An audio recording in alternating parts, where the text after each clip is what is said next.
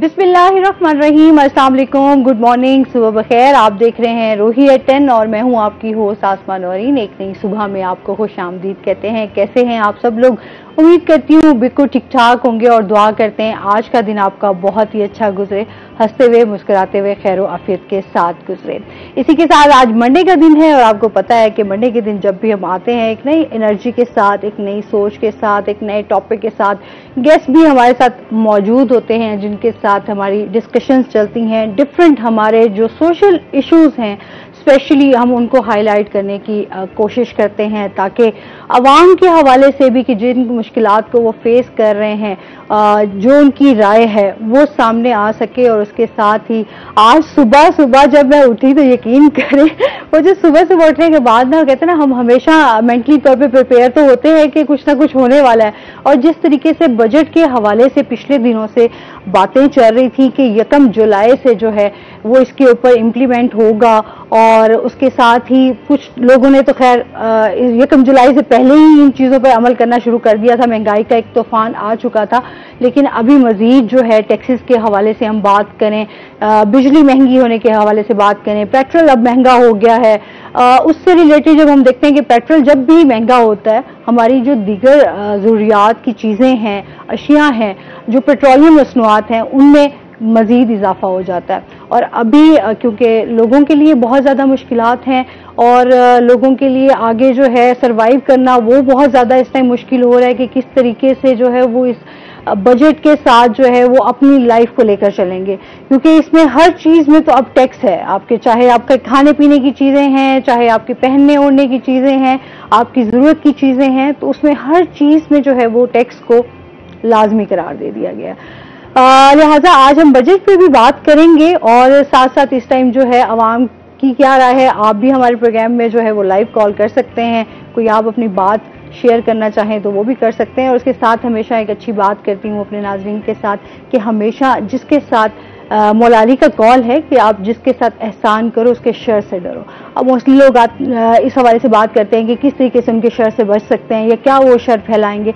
तो शर यही होता है कि आप जब किसी के साथ अपनी तवक्कुआत जो है वो बढ़ा लेते हैं, आप ये एक्सपेक्ट करते हैं कि अगर मैं इसके साथ एहसान भलाई कर रहा हूँ तो वापस जो है इन रिटर्न मुझे भी ये सेम इस तरह का ही जेस्टर मिलेगा, मेरे साथ भलाई की जाएगी या मेरे साथ एहसान किया जाएगा।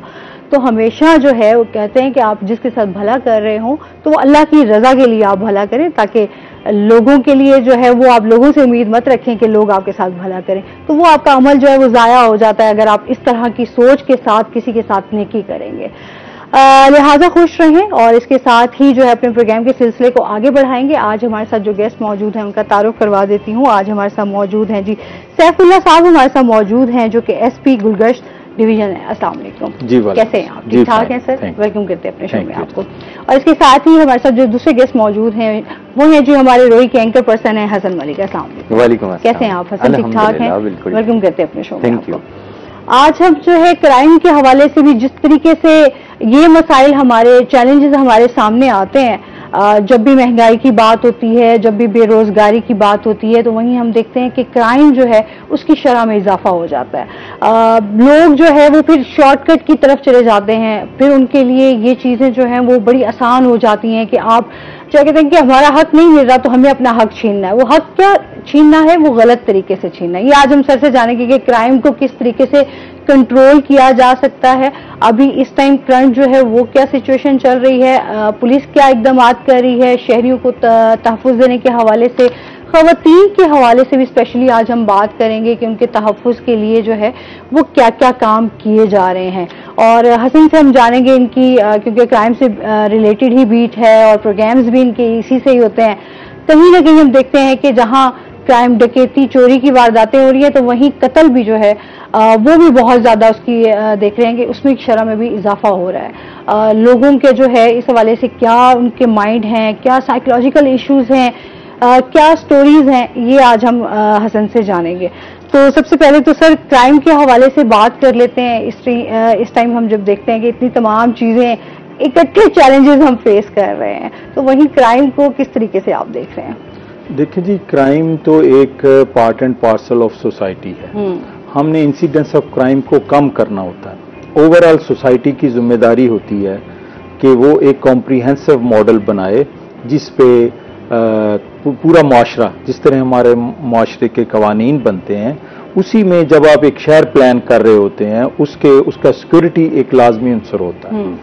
और जब तक सिक्योरिटी अच्छी नहीं होगी, इकोनॉमी भी अच्छी नहीं होगी। बिल्कुल। जब आप एक सोसाइटी, अब मेरा जो न्यू सोसाइटीज डेवलप हो रही हैं मेरे डिवीजन में, उनके साथ मेरी मीटिंग्स होती हैं और उन्हें मैं कहता हूं जी कि आप मेरे से डिस्कस करें कि फ्यूचर में पूरी दुनिया में जो बेस्ट प्रैक्टिसेस वो क्या हैं सिक्योर करने की।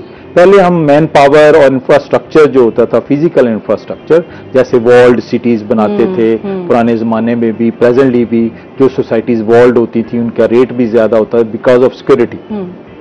प्रेजेंटली इसकी प्लेस टेक्नोलॉजी ने ले ली है कि जी आप मैन पावर और फिजिकल इंफ्रास्ट्रक्चर के साथ साथ आप जो टेक्नोलॉजी का यूज करें, जिसमें सीसीटीवी कैमराज हैं, जिसमें और security barriers, laser guided security barriers हैं, और बिग डाटाज की बात है जो पूरी दुनिया, बड़े बड़े मुल्क चाइना जैसे, यूरोप जैसे जो क्राइम को कंट्रोल कर रहे हैं, जो दुनिया के बिग सिटीज हैं, मेट्रोपोलिस हैं, न्यूयॉर्क ले लें, इस्तांबुल ले लें, लंदन ले लें, वो सारे टेक्नोलॉजी की हेल्प से, क्योंकि मैन पावर जितनी आबादी होती है उसका कंपैरिजन पुलिस का उतना नहीं हो सकता। आप सिक्योरिटी गार्ड्स भी इतने नहीं रख सकते, उनको मैनेज करने पे बहुत कॉस्ट आती है। अब टेक्नोलॉजी की कॉस्ट भी कम है। तो मैं यही कहता हूं कि पूरी सोसाइटी की जिम्मेदारी होती है, एक आम आदमी, आम शहरी की जिम्मेदारी, सबसे पहले आपकी अपनी जिम्मेदारी होती है कि आप अपने घर की, अपने माल की हिफाजत के खातिर खा इकदाम करें, और पुलिस आपको फैसिलिटेट करने के लिए होती है। फिर पुलिस लॉ का जो एक व्हील ऑफ लॉ होता है उसको मोशन में डाल के कोर्ट्स, प्रोसिक्यूशन, प्रिजन्स, उन सबको साथ लेके लोगों को सजा दिलवाती है और बाद में रिहेबिलिटेशन और रिफॉर्मेशन करके उन लोगों को माशरे का अच्छा शहरी बनाती है। सर अभी क्या देख रहे हैं, अभी आप किस तरह के चैलेंजेस देख रहे हैं यहाँ पर? देखें जी, चैलेंजेस जो हैं वो ये है कि हमारी, क्योंकि आबादी बहुत स्पीड से बढ़ रही है, जो तरक्की याफ्ता ममालिक हैं उसमें अगर एक फैसिलिटी बनती है 200 लोगों के लिए तो उसको 50 लोग इस्तेमाल करते हैं। अगर हम एक फैसिलिटी बनाते हैं हमारे मुल्क में तो वो अगर 200 लोगों के लिए उसको बाज़ 20,000 लोग इस्तेमाल कर रहे होते हैं। ये हमारे चैलेंजेस हैं कि हमारे पास रिसोर्स कम है और उसके और इंसिडेंस ऑफ क्राइम ज्यादा है, पॉपुलेशन ज्यादा है। उसके लिए जो टेक्निक्स यूज हुई हैं वो कम्युनिटी पुलिसिंग की है, जो कि हम फोर्थ कमिंग होके Punjab police, specially Multan police, वो हम लोगों के पास जाते हैं, हम मस्जिदों में जाते हैं जुमे के रोज। जो लास्ट नाइट हम लोग सीपीओ साहब हमारे तशरीफ लेके गए हुए थे, जो फ्रेंडली मैचेस हो रहे थे, फुटबॉल मैचेस में जो भी कम्युनिटी एक्टिविटीज होती हैं, हम उसमें बड़ा फोर्थ कमिंग है कि पब्लिक जो है, पब्लिक हम तक अगर आने से हेजिटेंट हो, हम पब्लिक तक पहुंचे। उसी सिलसिले में ये मैं आपके पास हाजिर हुआ हूं कि लोगों तक मेरा पैगाम पहुंचे कि आप हमारे पास आएं। अब आप सोशल मीडिया यूज कर सकते हैं, हमारी वेबसाइट्स यूज कर सकते हैं, हमारे जगह जगह खिदमत मराकज बने हुए हैं, आप वहां आ सकते हैं। आपको जो फैसिलिटीज, जो सर्विसेज पंजाब पुलिस से चाहिए, आपको करेक्टर सर्टिफिकेट बनाना है, आपको ड्राइविंग लाइसेंस बनाना है, आपको कोई टेनेंट रजिस्टर कराना है, तो वो आप सकते हैं। क्राइम के लिहाज से तो आप थाने आएंगे, और अगर आप थाने नहीं, दूसरी सर्विसेज के लिए आपको थाने आने की भी जरूरत नहीं, आपके डोर स्टेप पे बाई कोरियर वो आप जस्ट वन टाइम आए तो बाई कोरियर आपके घर पहुंच जाएगी। ठीक है। तो मजीद भी आपसे जानते हैं, इसके साथ ही जो है हम हसन से भी जानेंगे। हसन, मौसम का हमेशा तो ये हमें मौसम की सूरत हाल बताते ही रहते हैं ना कि किस तरीके की गर्मी पड़ रही है, क्या एहतियात करनी चाहिए। आज वैसे क्या सूरत हाल है मौसम की? शदीद गर्मी है बाहर। तो आज तो सुबह सवेरे से इस तरह से मैं जब उठा हूँ और शावर लेकर जब मैं बाहर आया हूँ तो मुझे एक टाइम ऐसा फील हो रहा था कि आज शायद सुबह सवेरे हुई नहीं है, डायरेक्ट दोपहर हो गई है। ये सुबह का यही होता है, मुझे तो लगता है 5 बजे की जो है ना वो इस तरीके से सूरज निकलना जैसे स्टार्ट होता है। पिछले काफी दिनों से रोजाना की बुनियाद पर यही सिलसिला चल रहा है, यानी सुबह सवेरे से ही हब्स का सिलसिला जो है वो बरकरार रहता है। दोपहर के टाइम में पीक आवर्स में तो खैर वैसे ही बंदा नहीं सोच सकता ना बाहर हम निकल सकते हैं नहीं निकल सकते।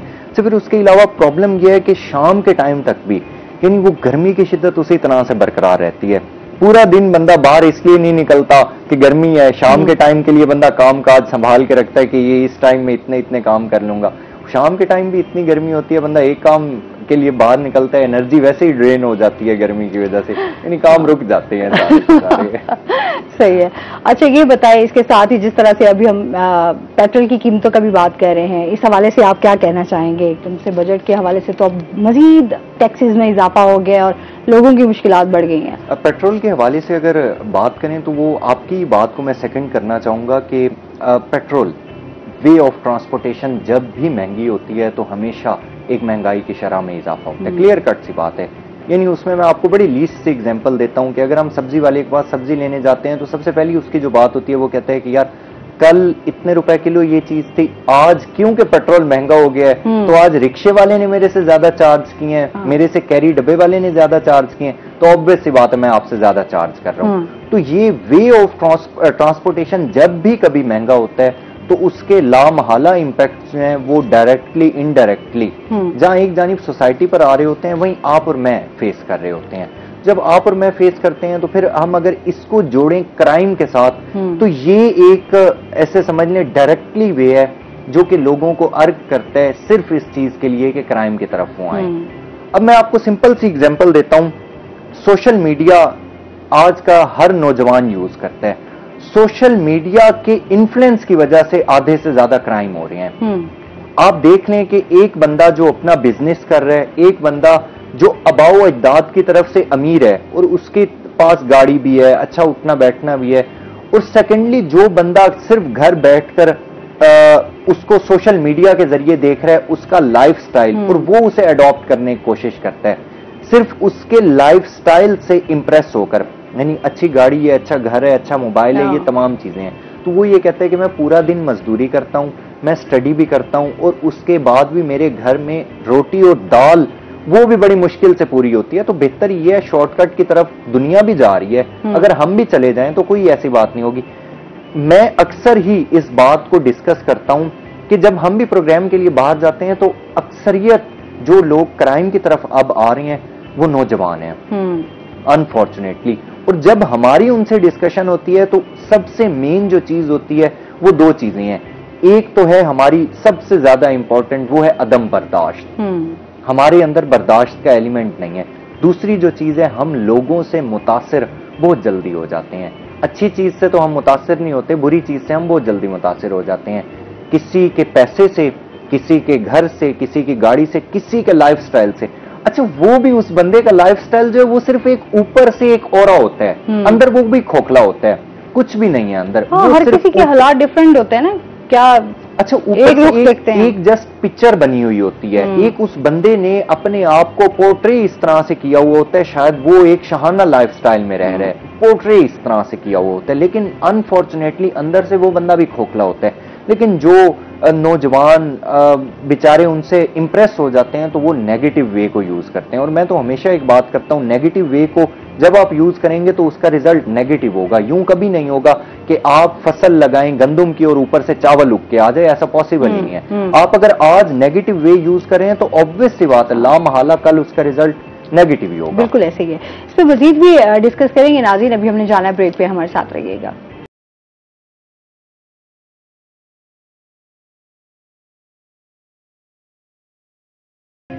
वेलकम बैक नाज़रीन। अच्छा सर, जिस तरीके से हम बात करते हैं कि पुलिस इस टाइम किस तरीके से काम कर रही है, जाहिर सी बात है हमने देखा इन दो एक सालों में जिस तरीके से पुलिस के इकदामात भी सामने आए, अच्छा सेंटर्स भी, फिर उसके बाद हमने देखा थानों का कल्चर चेंज किया गया, अच्छा ऑफिसर्स भी उस तरीके से ज़रा एनर्जेटिक लाए गए, अभी यंग बहुत माशाल्लाह से सामने आ रहे हैं।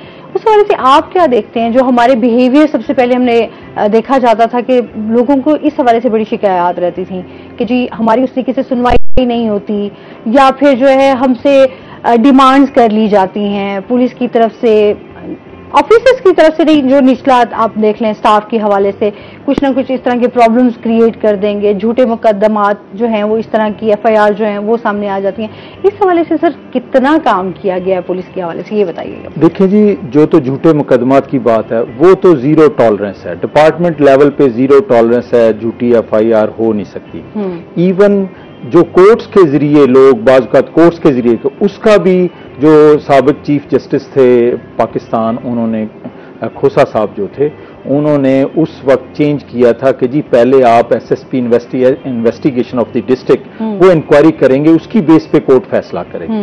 अब वो भी मिनिमम हो गया, आप समझें कि ऑलमोस्ट जीरो हो गया कि जी कोई बंदा कोर्ट के जरिए भी अगर झूठी एफआईआर करवाना चाहे उसके लिए भी ऑलमोस्ट नामुमकिन हो गया। दूसरा, जो जब आप एनवायरनमेंट चेंज करते हैं, जैसे हमने थाने जो स्पेशल इनिशिएटिव पुलिस स्टेशंस बने हैं, थानों को हम एक इंटरनेशनल स्टैंडर्ड पे ले गए हैं इंफ्रास्ट्रक्चर वाइज, और उसमें हमने लोकल कल्चर्स को इन किया है। थानों की बिल्डिंग्स में जो उसमें आपको मिलेंगे आर्टिफैक्ट्स मिलेंगे, वो आपको मुल्तान में मुल्तान की फनून और मुल्तान की सकाफत नजर आएगी।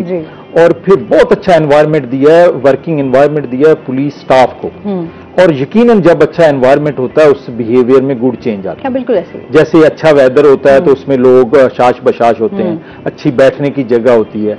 तो इसके साथ साथ हमने ट्रेनिंग्स, अपने स्टाफ की ट्रेनिंग्स, और फिर उनके लिए जो अपना सरकारी काम करने के लिए इन्वेस्टिगेशंस के खास तौर पे, उसके लिए हुकूमत ने खातरखा फंड्स मुहैया किए हैं ताकि वो किसी साइल को जो डिस्ट्रेस में हमारे पास आता है हम उसको पानी पेश करें, फिर उसकी बात सुने, और उसके लिए हमारे पास रिसोर्स हो, उसके मुल्ज़म पकड़ने के लिए, उसका वो सारा जो शिकायत थी अवाम की, उस सब को एड्रेस किया गया। Of course there is always room for improvement, तो वो एक इम्प्रूवमेंट का अमल जारी है। और लेकिन बहुत हद तक चेंज लाने की, चेंज लाने की कोशिश की गई है। एक कॉलर है हमारे साथ। अस्सलाम वालेकुम। वालेकुम सलाम जी, खैरियत है जी? जी अल्हम्दुलिल्लाह। कौन बात कर रहे हैं? हसनैन बात कर रहा हूँ मुल्तान से। जी, क्या कहना चाहेंगे? जी, ये बात करनी थी कि अच्छा आप हमेशा हमारी राय का भी एहतराम करते हैं, और दूसरा ये है कि सराइकी में भी कुछ माशाल्लाह आपने शुरू कर दिया है, ये भी अच्छा है, और आपके प्रोग्राम भी बहुत अच्छे हैं। बहुत शुक्रिया। और आप ये पुलिस के ऑफिसर्स और दूसरा गए बगैर गाइडलाइन भी देते रहते हैं। मेरी यही है कि पुलिस और आवाम के दरमियान जो एक दूसरे का राब्ता है वो भी होना चाहिए।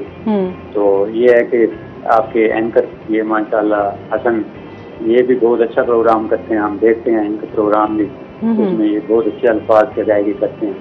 तो ये है कि मजीद आप इस प्रोग्राम को अच्छे से अच्छा कर रही हैं, बहुत अच्छा है। और मजीद ये है कि अल्लाह ताला आपके इस प्रोग्राम को और इस रोई चैनल को और तरक्की दे। आमीन आमीन। बहुत शुक्रिया आपकी मोहब्बतों का, और आप भी खुश रहें। अप्रिसिएशन ही होती है कि जाहिर सी बात है कि लोग जो है वो, मतलब हम तो कोशिश करते रहते हैं कि हम अवेयरनेस के हवाले से कि लोगों को जो है वो अवेयरनेस हो सके, क्राइम से रिलेटेड भी डिफरेंट, क्योंकि हमारे सोशल इश्यूज बहुत सारे हैं। अच्छा सर, जिस तरीके से थानों का कल्चर और बिहेवियर की हमने बात की, बिहेवियर्स में भी थोड़ी सी बात करेंगे कि वो किस हद तक जो है वो चेंज हुए हैं। यकीन हमने अपने जो हमारे थाने में एक होता है विक्टिम सपोर्ट ऑफिसर, वो लेडी होती है, उन लेडी ऑफिसर्स को हमने यूनाइटेड नेशंस के स्पेशल प्रोग्राम, यूएनडीपी के प्रोग्राम के तहत हमने डॉक्टर्स के साथ, साइकोलॉजिस्ट के साथ, जो प्रोफेशनल्स हैं फील्ड के चेंज ऑफ बिहेवियर के, उनके साथ उनकी ट्रेनिंग करवाई है कि जो एक इन डिस्ट्रेस जो एक विक्टिम आता है उसको कैसे डील करना है, उसकी कैसे दाद रसी करनी है। उसको पहले हो सकता है पुलिस में इतने ट्रेंड लोग नहीं थे, लेकिन प्रेजेंटली इसका खास तौर पे ख्याल रखा गया है कि पब्लिक के साथ बिहेवियर बहुत अच्छा हो। जो हमारा फ्रंट पे, जिस तरह आप किसी मल्टीनेशनल में, किसी फाइनेंशियल इंस्टीट्यूशन में जाते हैं तो आपको एक फ्रंट पे एक गाइड मिलता है, लेडी और मेल। इसी तरह हमारे थाने में आपको गाइड कांस्टेबल मिलेगा जिसकी स्पेशल ट्रेनिंग है, how to welcome the people, to guide them, कि जी किस तरह उन्होंने अपनी क्यूमेटिक यूज करनी है, अपना नंबर लेना है, बैठ जाना है, अपने नंबर पे जाना है। और जो स्टाफ सामने डील करता है वो हमने सिविल IT बेस्ड ग्रेजुएट्स वो भर्ती किए, जो कि लोगों को उनको फील ना हो कि ये पुलिस अफसर हैं, एक सिविल क्लोज में जो ऑफिसर है वो उनको डील करता है। वो कहते हैं ना डॉक्टर के पास भी जाए ना तो जाहिर सी बात है बंदा कहता है बीमार हूँ ना तो आगे मुझे डॉक्टर भी जो है ना वो बड़ा प्यार से डील करे मुझे सुने। तो इसी तरीके से हमारा पुलिस का जो इदारा है ना उसमें भी यही है कि लोग जितनी परेशानी में होते हैं उनका ये होता है कि हम अगर जिसके पास जा रहे हैं हमें जिनसे तहफ़्फ़ुज़ चाहिए अगर वही हमें जो है वो उनका बिहेवियर हमारे साथ ठीक नहीं होगा तो फिर हम अपनी परेशानी किसको बताएंगे। खास एम्फेसिस किया गया।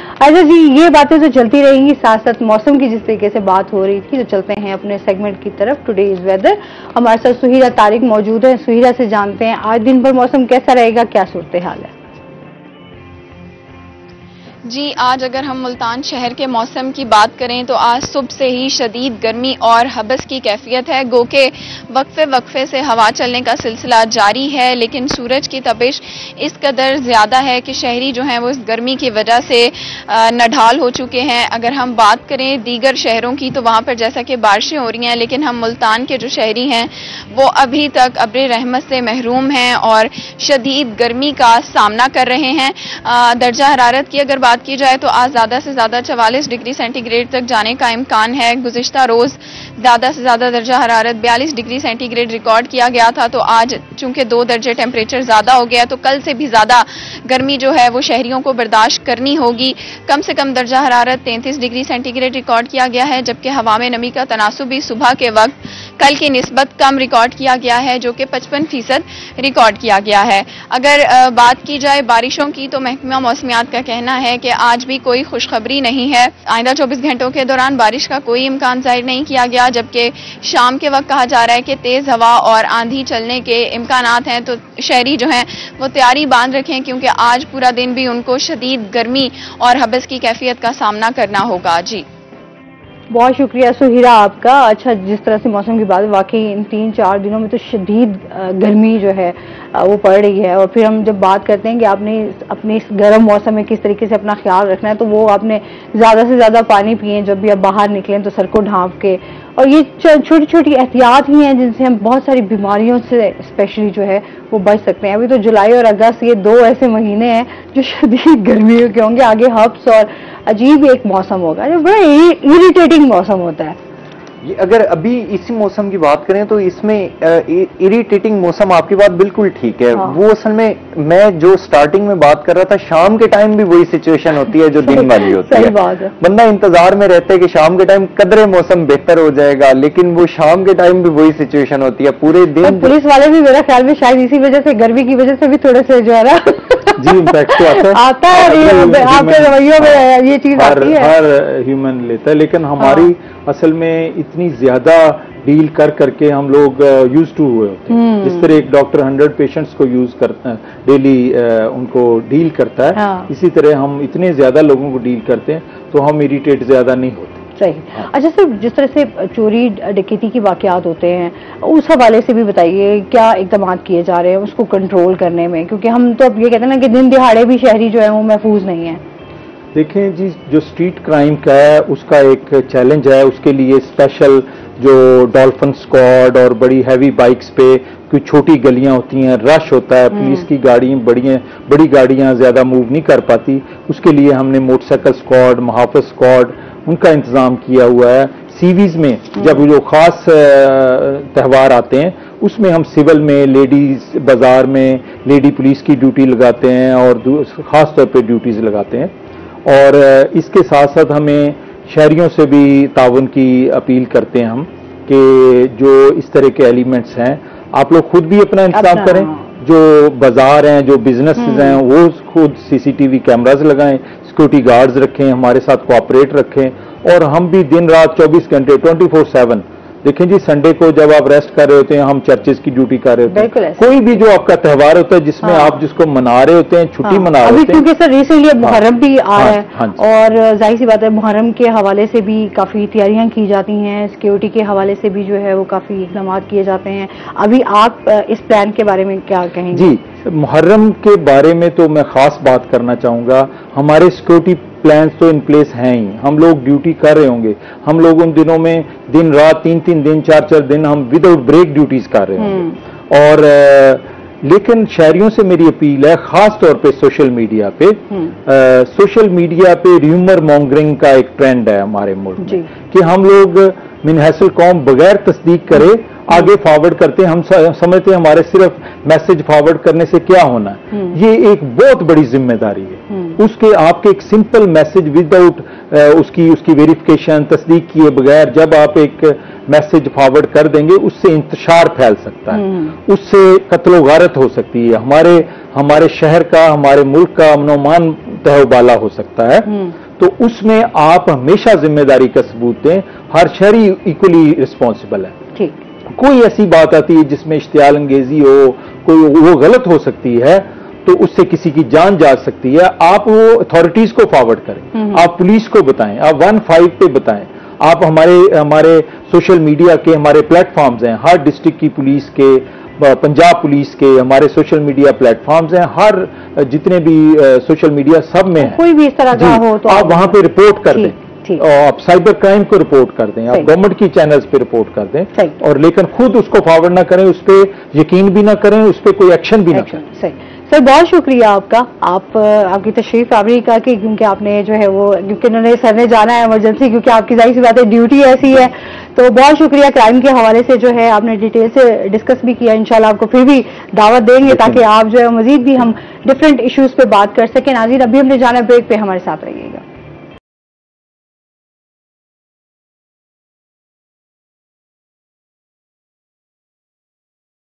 वेलकम बैक नाजरीन, और इसके साथ ही जी हसन तो हमारे साथ मौजूद ही हैं। हसन से जानते हैं, इस टाइम हमने देखा कि कबीरवाला में एक वाकया पेश आया, बड़ा ही अफसोसनाक वाकया पेश आया, जिसमें बेटे ने जो है वो अपनी सगी वालदा और 3 बहनों को जो है वो मौत के घाट उतार दिया। और ये काफी बड़ा इशू था, जिसपे मरियम नवाज ने भी इसके ऊपर एक्शन लिया। इस हवाले से जानेंगे कि क्या मामला था ये हसन। देखें, हमारे यहाँ सबसे ज़्यादा हम जिस सोसाइटी में रहते हैं स्पेशली, तो उसमें हमारे जो रिश्ते हैं उनका तकद्दुस हमें, हमारी घुट्टी में जिसे कहा जाए, तो हमें वो चीज़ दी जाती है। यानी वालिदैन का एहतराम, बड़ों का एहतराम, ये हमें सबसे पहले जो चीज़ होती है वो हमें सिखाई जाती है कि आपने क्या करना है, किस तरह से करना है। हम एक जानिब देखते हैं जहाँ लोग अपने वालिदैन के लिए जान कुर्बान करते हैं, तो वहीं दूसरी जानिब इस तरह के दरिंदा सिर्फ लोग भी पाए जाते हैं। इनफैक्ट होता क्या है, इनफैक्ट सिचुएशन ये होती है कि लावा उबलते उबलते उबलते एक स्टेज तक आ जाता है जहां आकर वो फट जाता है। हम ये समझते हैं, ये मैं इसी की ही एग्जांपल जोड़ूंगा, जैसे किसी का एक शख्स के साथ ताल्लुक होता है और वो कहता है कि मेरा इसके साथ बहुत अच्छा ताल्लुक था, एक छोटी सी मैंने बात की उससे मेरा ताल्लुक टूट गया। नहीं, मैं एक शेर यहां सुनाता हूं, वक्त करता है परवरिश बरसों, हादसा एकदम नहीं होता। वो पिछले काफी टाइम से सिचुएशन चल रही होती है, वो एक छोटी सी बात पर आकर इंसान शायद अपने आप का या अपने होशो हवास में नहीं रहता। ये जो सिचुएशन थी कबीरवाला में, यहाँ पर एक लड़का जिसकी उम्र तकरीबन 17 से 18 साल थी, वो एक जगह पर काम करता था, वहां से वो वेपन चोरी करता है, चोरी करके वो अपनी वालदा को मारता है, अपनी 3 बहनों का मर्डर करता है, यानी 4 मर्डर वो करता है। और इसमें जो बड़ी एक ऐसे समझ लें अजीब सी बात थी, वो ये थी कि अपनी वालदा को वो 4 गोलियां मारता है, अपनी बहनों को 2-2 गोलियां मारता है। अब उसके नजदीक ये उसने क्या किया, उसने गैरत के नाम पर कत्ल किया है। हालांकि उसके पास कोई एविडेंस नहीं था, कोई वीडियो नहीं थी, वो सिर्फ उसके नजदीक एक बात थी कि मैं एक दिन रात को जागा और मैं जब जागा तो मेरी वालदा के साथ कुछ लोग मौजूद थे एक ही घर में। तो मैंने अपनी वालदा से पूछा, मैंने कहा कि क्या वजह है, ये कौन लोग हैं? तो मेरी वालदा ने कहा this is not your concern, आपका मतलब नहीं है तो मैं आपको बताना पसंद भी नहीं करती। तो वो उसी दिन मैंने ये तहैया कर लिया था कि मैंने अपनी बहनों को भी मार देना है, मैंने अपनी वालदा को भी मार देना है। अब सिचुएशन इसमें क्या थी, इसमें उसने जो एक अपनी बहन का मर्डर किया है उसकी तकरीबन उम्र 36 से 38 ईयर्स के करीब थी और वो माजूर थी। अच्छा। वो घर में बैठी हुई थी, वो घर में ही रहती थी, माजूर थी। वो एक बहन तलाक याफ्ता थी, वो भी इन्हीं के घर में रहती थी। वालदा की उम्र तकरीबन 50 से 53 ईयर्स के करीब थी।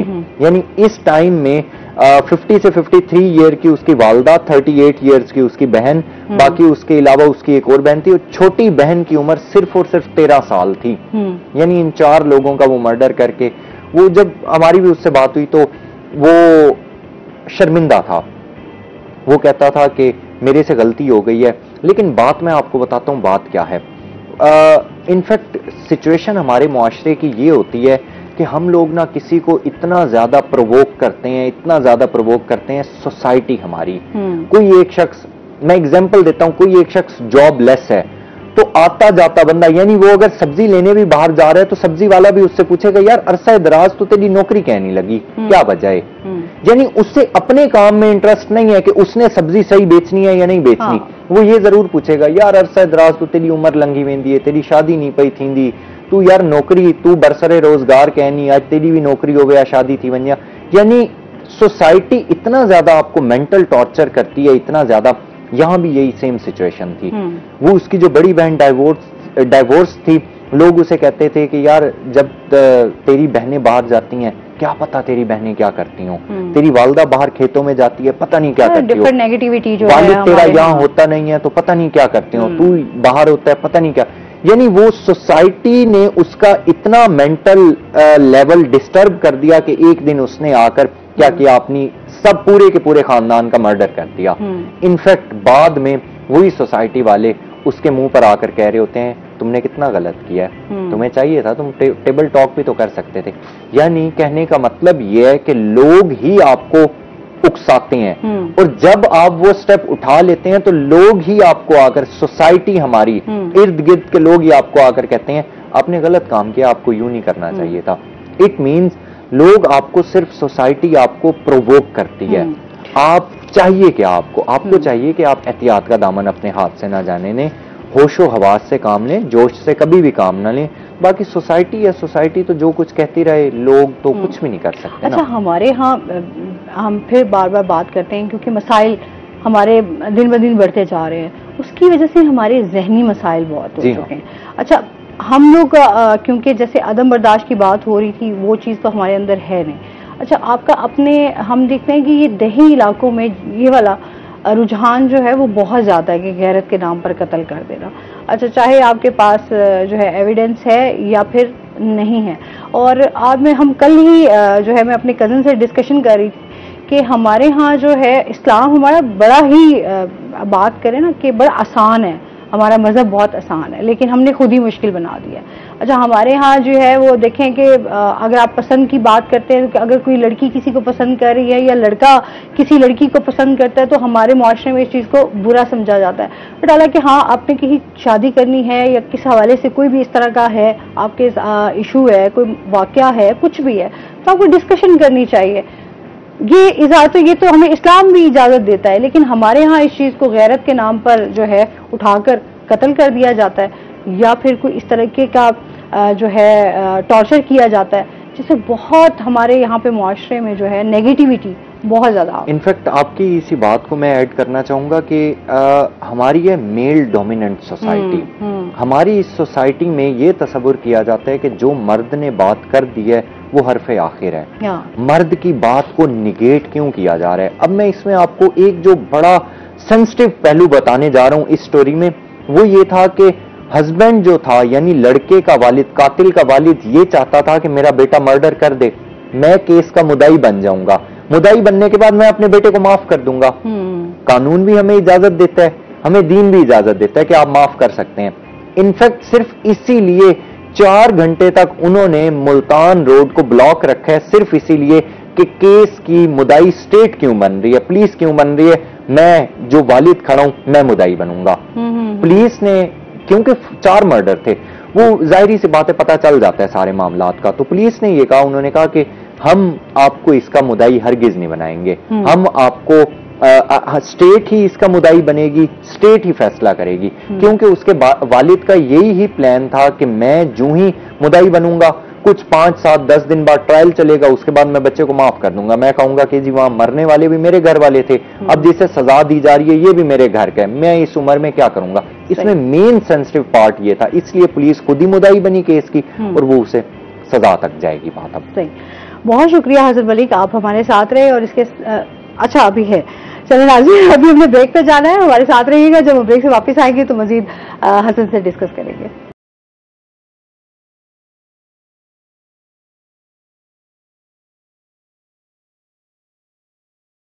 वेलकम बैक नाज़रीन। अच्छा जी, इसके साथ ही हम जहां पर क्राइम की बात कर रहे हैं वहां पर हम ये भी देखते हैं कि इस टाइम जो हमारी ट्रैफिक की सूरत हाल चल रही है, जिसकी वजह से हमें बहुत ज़्यादा मुश्किलात का सामना भी करना पड़ रहा है। अच्छा, फिर ट्रैफिक हादसात बहुत ज़्यादा हो रहे हैं, आए दिन कोई ना कोई इस तरह का वाकया हम देखते हैं, रोड एक्सीडेंट जो है। उसके बाद फिर हम देखते हैं कि लोगों का जो एक स्पेशली रवैया सामने आता है, लोग बड़े तमाशाई बन जाते हैं। अच्छा, मोस्टली लोगों को मैंने ये देखा है कि हेल्प करने की बजाय ना वो सीधे चले जाते हैं जी मोबाइल की तरफ। कुछ लोग वैसे ही नजदीक नहीं आते जी, कोई हमारे ऊपर जो है वो किसी हवाले से पुलिस ना हमें कोई इस तरह के चीज में पकड़ ले। तो मतलब इस तरह के जो मनफी रवैये हैं वो भी हमें नुकसान पहुंचा रहे हैं। अच्छा, ट्रैफिक पुलिस के हवाले से आप बताइएगा इस टाइम, क्योंकि जाहिर सी बात है आबादी बढ़ रही है, तो फिर हमारे यहाँ इस टाइम ट्रैफिक भी बहुत ज्यादा है, बहुत ज्यादा मसाइल हैं। ट्रैफिक के हवाले से अगर हम डिस्कस करें तो ट्रैफिक के मसाइल हमारे डायरेक्टली जिस चीज के साथ रिलेट करते हैं वो हमारी पॉपुलेशन है, आबादी है। हमारी आबादी जो ही बढ़ती है, क्राइम की रेशो जहाँ एक जानिब बढ़ती है, वहीं दूसरी जानिब हमारी जो बेहंगम ट्रैफिक है वो भी उसमें काफी ज्यादा इजाफा देखने को आता है। अब अगर हम मुल्तान की ट्रैफिक की बात करें, अब तो खैर छुट्टियां हैं, तो छुट्टियों में थोड़ा सा कंपैरेटिवली बेहतर मामला आते हैं, यानी सुबह के औकात में भी और दोपहर के औकात में भी। वरना उसके अलावा अगर आप देखें, अगर रात को भी आप निकलें, तो अगर मैं मेन बोसन रोड की बात करूं आपको, मेन बोसन रोड से यानी 9 नंबर से लेके और सैदा वाले बाईपास तक जो एक पैच है 6 से 7 किलोमीटर का। अच्छा, एक कॉलर है हमारे साथ। अस्सलाम वालेकुम। वालेकुम सलाम, कैसी हैं आप? मैं ठीक ठाक अल्हम्दुलिल्लाह। लैला बात कर रही हैं जी, क्राइम के हवाले से बात करनी थी। जी जी, बात करें। तो माशाल्लाह से हमारी पुलिस बहुत अच्छा काम कर रही है, लेकिन दिन ब दिन क्राइम्स में हमारे इजाफा भी हो रहा है। जिस तरह आप देखें, हमारे अपने मतलब मोहल्ले में, गली में निकलना मतलब आसान नहीं है लोगों के लिए, गैर महफूज हो गए हैं। तो इस हवाले से मुझे था कि मतलब लोगों को जरा सिक्योरिटी प्रोवाइड की जाए। जैसे आप देख लें, हमारे मतलब बड़े बड़े वजीर हो गए, मशीर हो गए, इनके पास सिक्योरिटी और गार्ड्स की बहुतात है, लेकिन हमारी आम आवाम जो है उनके लिए मतलब सिक्योरिटी के उस तरह से हालात नहीं है। तो इनको चाहिए कि थोड़ा सा ये उनकी भी थोड़े से मतलब ख्याल करके तो उनको भी जरा सिक्योरिटी मुहैया करें ताकि आवाम को भी कुछ रिलीफ मिले। ठीक ठीक है, बहुत शुक्रिया आपका। और दूसरा दूसरा ये हसन का शो हम बड़े शौक से देखते हैं, जो आपके एंकर पर्सन आए हुए हैं। जी जी। तो इनके हर शो में ना कोई सबक ही होता है, तो बड़ा अच्छा लगता है। एंड पे ये कोई ना कोई मतलब आवाम के लिए इस तरह से सबक देते हैं। बहुत शुक्रिया कॉल का। जी, इनफैक्ट सबसे पहले तो बहुत शुक्रिया इनके लिए। ये बेसिकली मैं हमेशा कहता हूँ, ये लोग जो होते हैं ये हमारे लिए ऑक्सीजन प्रोवाइड करते हैं। जो इन्होंने बात की है ग्रास रूट लेवल की बात है। आप ये देखें कि हम लोग हमेशा बात करते हैं क्राइम की, हम लोग एक ब्रॉडर सेंस में बात कर रहे होते हैं। इन्होंने बात की है गली मोहल्ले की, यानी इट मीन्स के गली मोहल्ले के लेवल तक पुलिस की रसाई नहीं है। सिंपल सी बात है, हमें सड़कों पर नजर आती है पुलिस, गली मोहल्ले तक रसाई नहीं है। मैं आपको इसी से ही रिलेट करते हुए मैं आपको छोटा सा वाक़या, थाना चलिया की हदूद में एक गार्ड का मर्डर हो जाता है और वो एक मोहल्ले के अंदर, कदीमी मोहल्ला जो यानी पिछले 60 से 70 साल से आबाद है, वहां पर मर्डर हो जाता है। लोगों ने अपनी मदद आपके तहत ही वहां पर गार्ड रखा हुआ था, क्योंकि चोरी डकैती के वाकयात ज्यादा हो रहे थे, तो वो वहीं ही एक डकैती का वाकया होने लगा और वहां पर गार्ड का मर्डर हो जाता है। आज उस वाकये को तकरीबन 1 साल गुजर चुके हैं, हम प्रोग्राम भी कर चुके हैं उस पर। 1 साल बाद भी वहां के जो इलाका मकीन थे वो ये कह रहे थे मुतलका थाने की गाड़ी एक मर्तबा भी यहाँ पर नहीं आई, सिर्फ पूछने के लिए कि यार आया आपका यहाँ पर मर्डर हुआ था एक, अब आपके मामलात स्टेबल हैं या नहीं है। वहां पर उन्हीं लोगों ने, उन्हीं मोहल्ले वाले लोगों ने मिलकर बाउंड्री करवाई है अपने मोहल्ले की, वहां पर गार्ड बिठाए हैं, दरवाजे लगाकर। अब वो एक टाइम है, टाइम लिमिट में वो 6 बजे 7 बजे दरवाजा बंद हो जाता है, बाकी मुतलका वही लोग उस मोहल्ले में एंटर होते हैं जो वहां के रिहायशी होते हैं। अच्छा, अब ये हो गया है क्योंकि पुलिस तो हर जगह नहीं पहुंच सकती, पहुंच भी नहीं सकती, क्योंकि इस तरह का हमारा सिस्टम है भी नहीं। अपने तौर पे जो है वो लोग जो है वो गली मोहल्ले के जो है वो इस तरह का, या जहां कॉलोनी में गेटेड कॉलोनी नहीं है वहां पर लोग ने, क्योंकि जाहिर सी बात है वाकयात डकैती के हवाले से, चोरी के हवाले से बढ़ रहे थे, तो इवन कि हमारे अपने इसमें लागे में लोगों ने यही सोचा कि आप कम्युनिटी ने मिलके कि हमें यहाँ पर गेट लगा देना चाहिए, तो वही लोग एंटर हो सकेंगे, या गार्ड सब मिलकर अपना अपना हिस्सा बीच में डाल दें और आप उसको सिक्योरिटी गार्ड एक रख लें और उसको जो है आप पे भी देते रहेंगे और आप खुद भी महफूज रहेंगे। और अच्छा, एक सर्टेन टाइम के बाद या उससे पहले भी गार्ड हर अननोन बंदे से पूछता है कि आपने किसके पास जाना है, आपने क्यों जाना है, किससे मिलना है, अगर आपने जिसके घर में जाना है तो आप बताएं, उसकी बात करवा दें आप हमारे से। जिस तरीके से आबादी बढ़ रही है तो जाहिर सी बात है हमारे पास तो इतने रिसोर्सेज नहीं है कि, तो देखिए होना भी चाहिए, हर बंदे को अपनी बाउंड्री में रहते हुए अपनी एहतियात करनी चाहिए। ये है कि जितना हम टैक्स अदा कर रहे हैं, मैं एक बात करती हूँ कि उस तरीके से फैसिलिटीज की बात करें या रिलीफ की बात करें तो हमें कहीं भी नजर नहीं। तो वो फिर मैं कॉलर की बात को बड़ा करूंगा कि वो ठीक कह रही थी कि हमेशा हम वजीरों मुशीरों के साथ देखते हैं, आम आवाम के लिए कुछ क्या करें, प्रोटोकॉल सिस्टम कभी जाहिर सी बात है खत्म हो नहीं सकता और ये चीज जो है वो हमारी हमेशा ये हमारे साथ चलती रहेगी। ये टिल द टाइम जूं आबादी बढ़ रही है, जूं हमारे माता आगे चल रहे हैं, इसीलिए आप ये देखेंगे लोग इसी चीज को लेकर लोग अपने कदीमी मोहल्लों को, अपने रिश्तेदारों को छोड़कर, अपनी फैमिलीज को छोड़ के, इवन के अपने पुराने घरों को छोड़ के वो ये जो कॉलोनीज हैं, गेटेड कॉलोनीज, उनकी तरफ क्यों बढ़ रही हैं? सिर्फ इसीलिए बढ़ रही हैं कि एटलीस्ट हमारे बच्चे जब बाहर निकलेंगे हमें पता होगा सिक्योरिटी के मामला स्टेबल हैं। हम अगर गाड़ी खड़ी कर दें, मोटरसाइकिल, इवन के कोई चीज हम घर में ऐसे पड़ी रहे या बाहर भी रख दें, तो हमें पता होगा कॉलोनी से कहीं आगे पीछे नहीं जानी, क्योंकि सीसीटीवी कैमरास लगे हुए हैं, एंट्री एग्जिट पॉइंट पर पोस्ट बनी हुई है जहां से चेकिंग होती है, उसके अलावा हमें कॉलोनी में भी गार्ड्स नजर आते हैं। तो यानी लोगों का एक काफी ज्यादा रुझान, आबादी जो है वो उस तरफ भी स्विच इसलिए कर रही है कि अपनी सिक्योरिटी के लिए। बिल्कुल ऐसे ही है, जाहिर सी बात है जिस तरह के हालात हैं लोग गैर महफूज तो हैं ही हैं। एग्जैक्टली। बहुत शुक्रिया हसन मलिक आपका, आप हमारे साथ रहे। और इसके साथ ही नाज़रीन, अभी हमने ब्रेक पे जाना है, जब हम ब्रेक से वापस आएंगे तो हमारे साथ कुछ और गेस्ट मौजूद होंगे, हमारे साथ रहिएगा।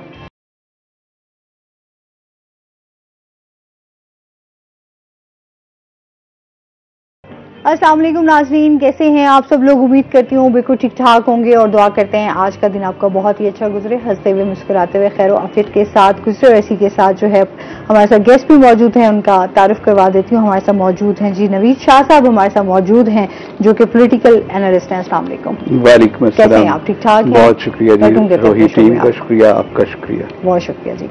इसके साथ ही हमारे साथ जो दूसरे गेस्ट मौजूद हैं वो हैं जी गुलाम रसूल गुरमानी साहब, हमारे साथ मौजूद हैं जो कि सराकी बलोच इत्तेहाद पार्टी से हैं। अस्सलाम वालेकुम। कैसे हैं आप? ठीक ठाक हैं? वेलकम करते हैं अपने शो में आपको।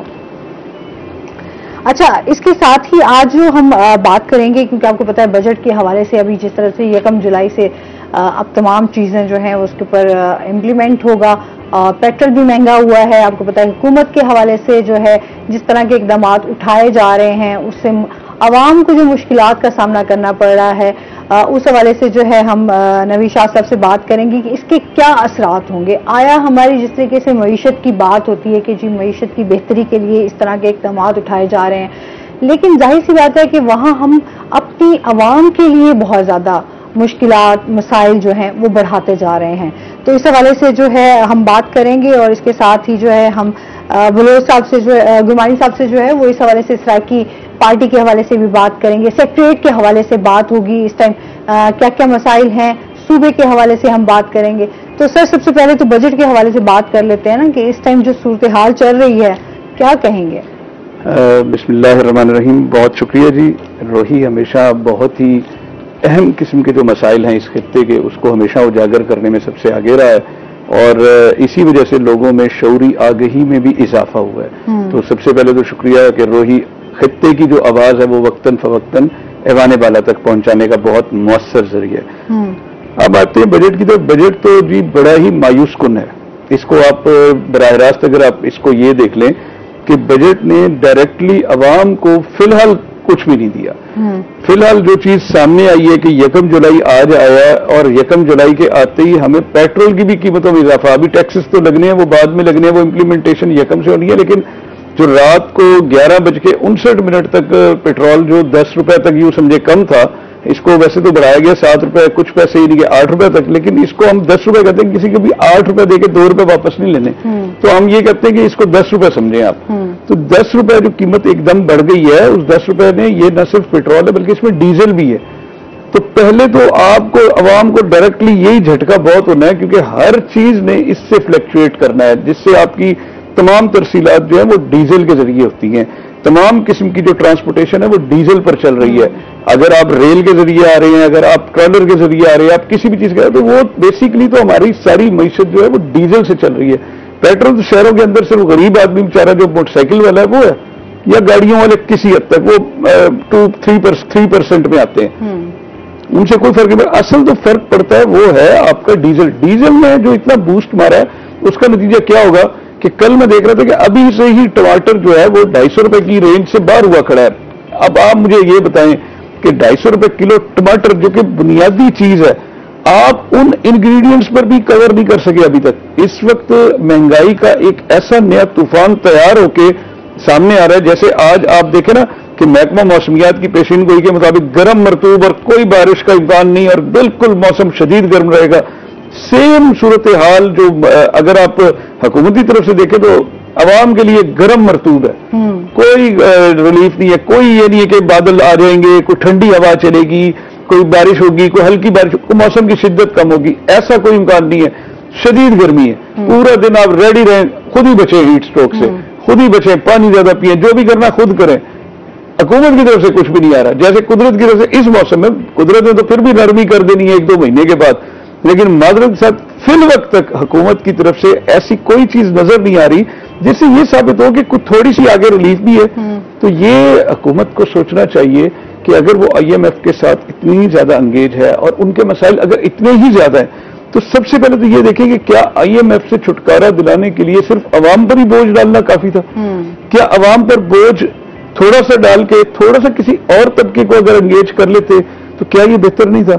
लेकिन मेरे ख्याल में अब तक जो तबका बच रहा है, माजरत के साथ जो बात सच है, वो जो तबका बच रहा है वो ये जो अशराफिया में शुमार होता है, उनको बराह रास्त कोई, क्योंकि उन्होंने पर जो भी टैक्सेस आयद होने हैं या जो भी कुछ होना है उन्होंने वो इनडायरेक्टली अवाम से लेने हैं।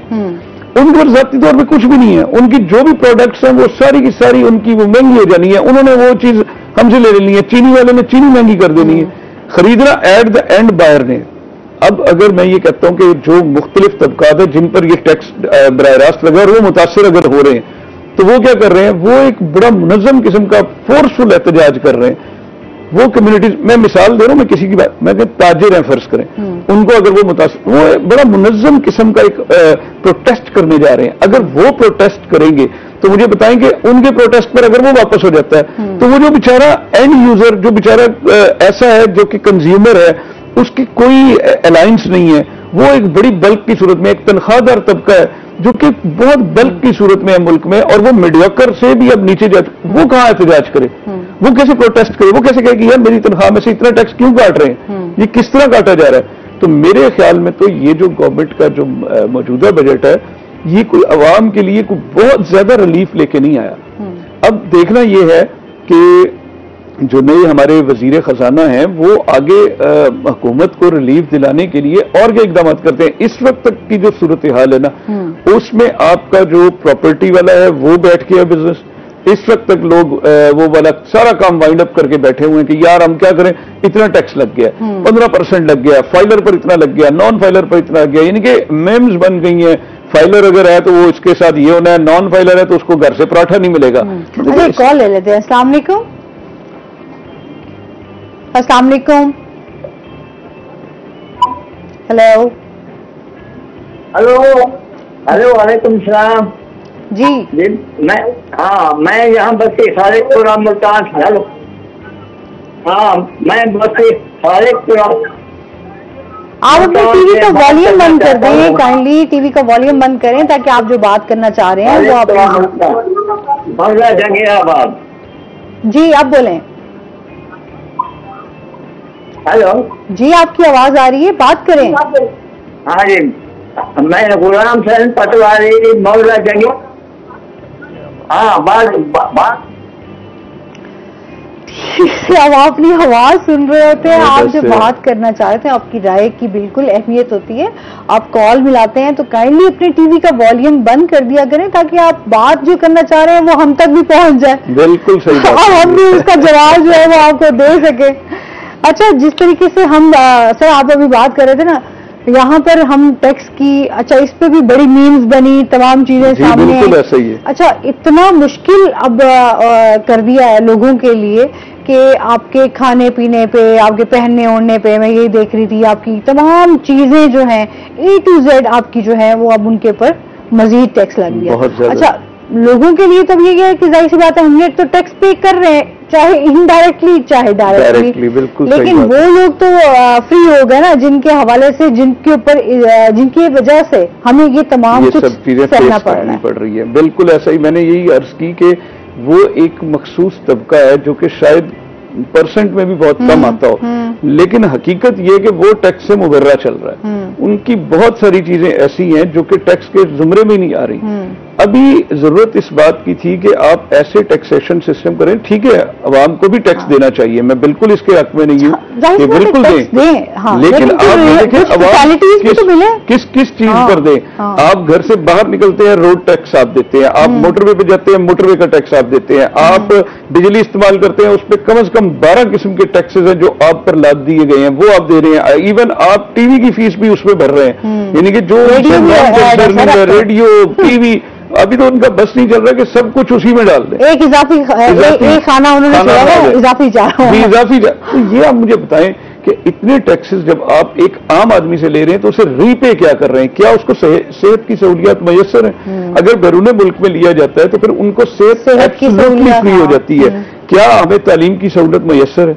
क्या हमें स्कूलिंग में बच्चों को ये चीज मयसर है कि वो अगर स्कूलिंग करेंगे तो उनके साथ उनके लिए सारी लवाजमात भी पूरी की जाएंगी? जो बच्चा लेबर कर रहा है क्या उसको उसके मुताबिक फिर मुआवजा देकर स्कूल लाने का कोई निजाम मौजूद है? कोई मैकेनिज्म नहीं है।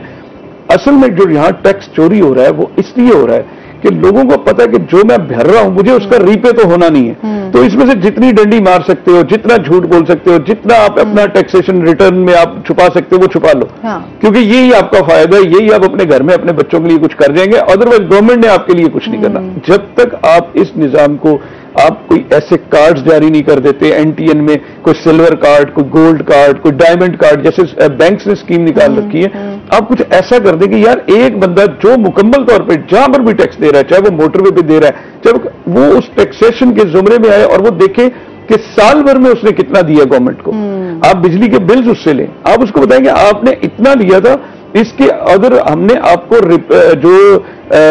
हमने रिएक्शन में आपको दिए, जो रिप्लाई किया वो टैक्सेस की सूरत में, वो हमने आपको ये फैसिलिटीज दी है, हमने आपका इंफ्रास्ट्रक्चर बेहतर किया। जब तक आप उनको वीआईपी प्रोटोकॉल नहीं देंगे, देखिए आप अशराफिया को प्रोटोकॉल दे रहे हैं, आप ऐसा टैक्सेशन सिस्टम लाएं कि जिसके पास गोल्ड कार्ड हो या उसके पास डायमंड कार्ड हो और वो टैक्स पेयर हो गवर्नमेंट का, बहुत अच्छा। आप उसको आप जो वीवीआईपी लाउंज है, जिसको आप जो भी लाउंज कह लें, आप जब वो जाए, चाहे वो रेलवे स्टेशन पे, उसे आप अलग से प्रोटोकॉल दे दें। आप देखें आपको यहाँ पर टैक्स वाले बहुत ज्यादा बढ़ जाएंगे, लेकिन ऐसा कोई निजाम बदकिस्मती से मौजूद नहीं है। यहाँ पर टैक्स देने वाले के साथ भी वही असर होता है जो टैक्स ना देने के वाले के साथ होता है, तो वो मायूस हो जाता है बंदा। वो लॉयर आए थे हमारे शो में, तो उन्होंने बड़ी एक मुझे बात उनकी लगी कि जी जो टैक्स हम कहते हैं नहीं फाइलर नॉन फाइलर, आप कहते हैं जी जो फाइलर है उसको वो कोई आला किस्म की सहूलियात मिल रही होंगी, तो क्या कहेंगे जो नॉन फाइलर है उसको नुकसान तो है, लेकिन फाइलर को भी कोई खास सहूलियात या खास जो है ना वो नहीं दिया जाता। प्रोटोकॉल मैं आपसे अर्ज कर रहा हूँ ना कि वो फाइलर बस वो नाम का फाइलर है, असल में लोग बनने से क्यों डर रहे हैं और ये क्यों थोड़ा सा ये फाइलर और नॉन फाइलर का फर्क, ये सिर्फ और सिर्फ एक दफा अवाम को ये पता चल गया कि यार हम अगर फाइलर बन गए ना फिर हर साल सानू ना इन्होंने फाड़ लेना। हाँ। अब ये जो चीज ये मिसकॉन्सेप्शन है, क्या हुकूमत ने ऐसा कोई निजाम रखा कि लोगों को कन्विंस करेंगे वो फाइलर की तरफ आए? उनका ये फायदा है, हम फाइलर बनाने के बाद आपको ये इंसेंटिव देंगे, कोई ऐसा मैकेनिज्म नहीं है, कोई हुकूमती तर्जुमान नहीं है, सिर्फ एक चीज पर जोर है कि आईएमएफ से हमने पैसे देने हैं और हमने आपसे लेने हैं, सिवाय इसके और कोई पॉलिसी ड्रा नहीं है। आप मुझे बताएं, बिजली रातों रात जो महंगी हुई है, जो पेट्रोल महंगा हुआ है, मुझे बताएं किसी तरह से कोई जस्टिफिकेशन है कि क्या आपने कभी बताया कि बिजली हम बना कैसे रहे और इसका हमें इतने पर रेट पड़ रहा है और हम आपको इतने पर देने पर मजबूर हैं, अगर हम ये नहीं देंगे तो हमें इतना नुकसान है। वहां पर कोई भी नहीं है। नेपरा कोई भी रेट भेजता है, हुकूमत मिनिमम उस पर अमल कर लेती है। अभी हम देखते हैं कि बिजली के 5 रुपए यूनिट बढ़ा है, थोड़े दिनों के बाद पता लगता है कि अभी विद इन अ वीक, हाँ ऐसे ही है, यानी कि कोई महीने का, मंथ्स का डिफरेंस नहीं आता, विद इन अ वीक पता लगता है। एफपीए का भी उन्होंने तजवीज दी थी, वो भी बढ़ा दिया गया। तो ये सारा कुछ आप एक दफा ही कैलकुलेट करके आप एक यूनिट का रेट निकाल दें कि भाई ये यूनिट होगा, पहले 100 वालों के लिए ये होगा, उसमें सब कुछ शामिल कर दें। आप ये जो किस्तों में बंदों को मार रहे हैं, जो खुदकुशियों पे मजबूर है, मैं आपसे अर्ज कर रहा हूं कि मजदूर की जो कम से कम तनख्वाह इस वक्त तक मुकर्रर है, फर्ज करें वो 40,000 है, मैं नहीं मानता 40 है, लेकिन चले मान लिया 37,000 की है, 37,000। मैं ये अर्ज कर रहा हूं कि क्या वो मिल रही है? सबसे पहला सवाल ये है, क्या वो नहीं मिल रही थी? तो 32 नहीं मिल रही, अब ये 37 क्या, ये 1,37,000 कर दे, क्या वो मिल रही है? सबसे पहला सवाल। हाँ, इस पर मजीद हम डिस्कशन करेंगे। नाज़रीन, अभी हमने जाना ब्रेक पे, हमारे साथ रहिएगा।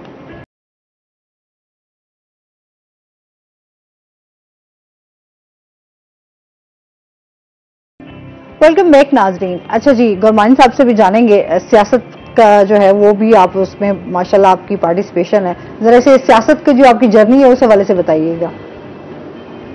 मोहतरमा, बात यह है कि सरायकी सूबा की जो बात चली है उस सिर्फ महरूमियों से शुरू होती है। इस बेल्ट से सरायकी मुल्तान एक कदीम सूबा था जिसको सिखों के दौर में खत्म किया गया, फिर अंग्रेजों ने इसको बिल्कुल ही वाश कर दिया। उसके बाद जो महरूमियाँ शुरू हुई हैं और इन पर बैरूनी तसल्लुत कायम हुआ है, जहाँ ज़मीनों के बंदरबांट और वसाइल पर काबिज वो ताकतवर लोग लूट सूट करते रहे और यहाँ के लोगों को इग्नोर किया गया है। और किसी भी माकूल महकमे में कोई रिप्रेजेंटेशन नहीं है, कोई कोटा नहीं है। कोटा है तो सूबा पंजाब का है, जिसमें पंजाब ही आ जाता है। वो नीचे से लोग बहुत कम ना होने के बराबर जाते हैं। तो इन चीज़ों को देखते हुए 1966 में मैं पाकिस्तान रेलवे में भर्ती हुआ एज स्टेशन मास्टर को। मैं असिस्टेंट स्टेशन मास्टर आया तो मेरा इलाका है, समझ लें, सिनावा। तो मैं फ्राम शेरशाह टू कुंडिया एक भी सरायकी स्टेशन मास्टर नहीं था। या तो पंजाबी बोलने वाले थे या उर्दू स्पीकिंग जो बाहर से लोग आए थे वो लोग थे। दरगाह 4 रूम में कुछ लोग थे वो मुलाजिम। वहां मैंने देखा कि हम तो बिल्कुल ही निचले तबके में पिसे हुए हैं। तो फिर ख्याल आया कि यार जहां कुछ करना चाहिए। फिर उस वक्त हमारी यूनियन होती थी, मिर्जा इब्राहिम बहुत बड़े लीडर थे, मजदूर लीडर थे। वीवी गरी के साथ उन्होंने काम, उनका वीवी गरी उनका जनरल सेक्रेटरी है जो हिंदुस्तान का सदर बना, वो भी रेलवे यूनियन में से था। तो उसमें चले गए, हमने जद्दोजहद की। तो फिर ऐसे सरायकी बात उठती कि ज़बान, इसकी कौमियत, इसका इलाका इतना वसी होने के बाद, वसाइल होने के बाद गुर्बत क्यों है? वसाइल पर कौन काबिज है? ब्यूरोक्रेसी में हमारा नाम निशान तक नहीं था। हमारे जागीरदार या सरमायादार वो उनके ही साथ थे, मफादात के साथ बंधे हुए थे। वो आम आदमी का कोई ख्याल ही नहीं रखते थे। और इस्तेसाल इस कदर था आप उसको बस होश रुबा था कि आम आदमी की जिंदगी अजीरन थी। उस वक्त ट्रैक्टर का दौर भी नहीं था, तो हल चलाने के लिए बेगार ली जाती थी आम लोगों से। चलो यार जब कि हमारी जागीर पर हल चलेंगे जागीरदारों की तरह। और आम आदमी की तो फसल बहुत कम होती थी क्योंकि उसके वसाइल इतने नहीं होते थे। उसके बावजूद ये आहिस्ता आहिस्ता चलती रही बात, आखिरकार ये सूबे तक बात आ गई। सबसे पहले तो बहावलपुर सूबा महाज बना इसमें, लेकिन बहावलपुर सूबा महाज पनप न सका। लेकिन पनपा सही, लेकिन उसको परवान नहीं चलने दिया गया कि 1970 के इलेक्शन में बहावलपुर सूबा महाज ही 3 अजला में जीता, बहावल नगर, बहावलपुर और रहीम यार खां। रहीम यार खां से एक सीट मिली उनको, मेजर अब्दुल नबी कांजो की, वो पीपल्स पार्टी को। लेकिन वो भी बहावलपुर सूबा महाज में पहले काम कर रहे थे, इस वजह से उनको मिल गई। लोगों ने रिस्पॉन्स दिया। लेकिन उसके बाद मार्शल्लाह के दौर पर भुट्टो साहब भी आ गए, तो फिर वो भी चीफ मार्शल एडमिनिस्ट्रेटर के तौर पर है। लेकिन एक कॉल ले लेते हैं। अस्सलाम वालेकुम। वालेकुम सलाम। जी, कौन बात कर रहे हैं? ये आपको आपकी आवाज थोड़ी मुझे कम आ रही है। अब आ रही है आपको मेरी आवाज? जी जी जी, क्या कहना चाहेंगे? मैं असल में बात ये करना चाह रहा था कि सन 2006 और 7 में जब मुशर्रफ का दौर था, तो अब अंदाजा करें कि उस दौर में 1000 रुपये आमदनी बंदा कमा लेता था एक मजदूर। अब हालांकि सन 2024 चल रहा है और इस वक्त महंगाई की वजह से आमदनियां कम हो गई हैं। अब 1000 से भी कम होकर कम से कम 500-600 दिहाड़ी आई करी है। उस वक्त हम ये थे, उस वक्त मैं रिक्शा चलाता था तो ये निजाम सही चल रहा था, पेट्रोल वगैरह और डीजल गैस वगैरह भी कम था। अब ये पॉलिसी मेकर हमारे क्या अवाम में जाकर पहले ये नहीं चेक कर सकते कि भाई अवाम को देखें कि उनका घर का बजट कितना है और उनकी आमदनी कितनी है, लेकिन आज तक तो ये देखने नहीं दिया। अब देखिए ना, एक पॉलिसी मेकर है, उसका हाथ बनता है एक घर की एवरेज तैयार करे कि भाई घर का खर्च कितना है। अब आमदनियां महंगाई होने की वजह से दुकानदारियां बिल्कुल कमजोर हो गई हैं, बिल्कुल जाग रही हैं, और ऊपर से बिजली के बिल, फिर पेट्रोल महंगा, फिर ये फिर वो। यार कैसे लोग हैं, कहाँ से लोग हैं, किधर से आए हैं? हमें तो ये समझ नहीं आती कि पाकिस्तानी भी है या नहीं है, जो हमारे पे कहीं से आगे मुसलमत हो गए हैं। इन्हें इतना भी शोर नहीं है कि हम आवाम में जाकर पहले चेक एंड बैलेंस करें कि हाँ भाई एक घर में कितनी आमदनी खर्च होती है। चलो भी मान लेते हैं एक घर का खर्चा 1000 रुपये है। अब वो उसकी आप किसी की फैक्ट्री में जाकर देखने पर मैं देख रहा था तो वो बता रहे थे कि जी 30,000 रुपये एक बंदा कमा रहा है, फिर आपने कहा नहीं 35,000 रुपये होगी। हालांकि ये बात बिल्कुल माकूल है। अवाम में जो दिहाड़ी है वो सिर्फ 10,000 से लेके और ज्यादा से ज्यादा 20,000 रुपये तक है। अब 20,000 रुपये में आप देख लें, किसी की 16,000 है, किसी की 18,000 है, किसी की 20,000 है। तो ये तो मेरा ख्याल है 20,000 वाला तो घर तो मेरे ख्याल चल ही नहीं सकता। अब दवाइयाँ हैं, घर के कपड़े हैं, बच्चों की फीसें हैं, बिल्कुल दो तरह के मसाइल हैं। तो ऐसे क्या कुछ गवर्नमेंटें हमारे पर मुसल्लत है जो ये सोच कर ये बजट बना ही नहीं सकती है और इम्प्लीमेंट भी नहीं करवा सकती है। सही, ठीक है जी। तो बस मेरा यही कहना था। बहुत शुक्रिया कॉल करने का। जाहिर सी बात है हम लोगों के लिए इस टाइम एक मुश्किल वक्त है और बहुत ज्यादा मसाइल हैं, चैलेंजेस हैं। हर बंदा जो है इस टाइम बहुत ज्यादा परेशान है। अच्छा, आप जिसको खोलेंगे उस बंदे की आपको इतने मसाइल, इतने दुख आपको मिलेंगे कि मतलब कभी कभी ऐसा होता है कि इंसान अपना दुख भूल जाता है। यकीन करें, आप दूसरे के दुख को सुन रहे होते हैं यार। अच्छी बात ये कि 1,000 रुपए, वही बात हम अभी कर रहे थे लास्ट, और उसने वही बात बिल्कुल पिक करके बताई है बतौर सबूत कि 1,000 रुपए अगर उस दौर में थी 2000 में, 2001 में और आज 2024 है, तो 24 साल के बाद उसे ऑलमोस्ट डबल होना चाहिए आज की महंगाई के एतबार से। वो उससे आधी हो गई है। ये 500-600 रुपए दिहाड़ी पे आ गया है, तो कौन चेक कर रहा है?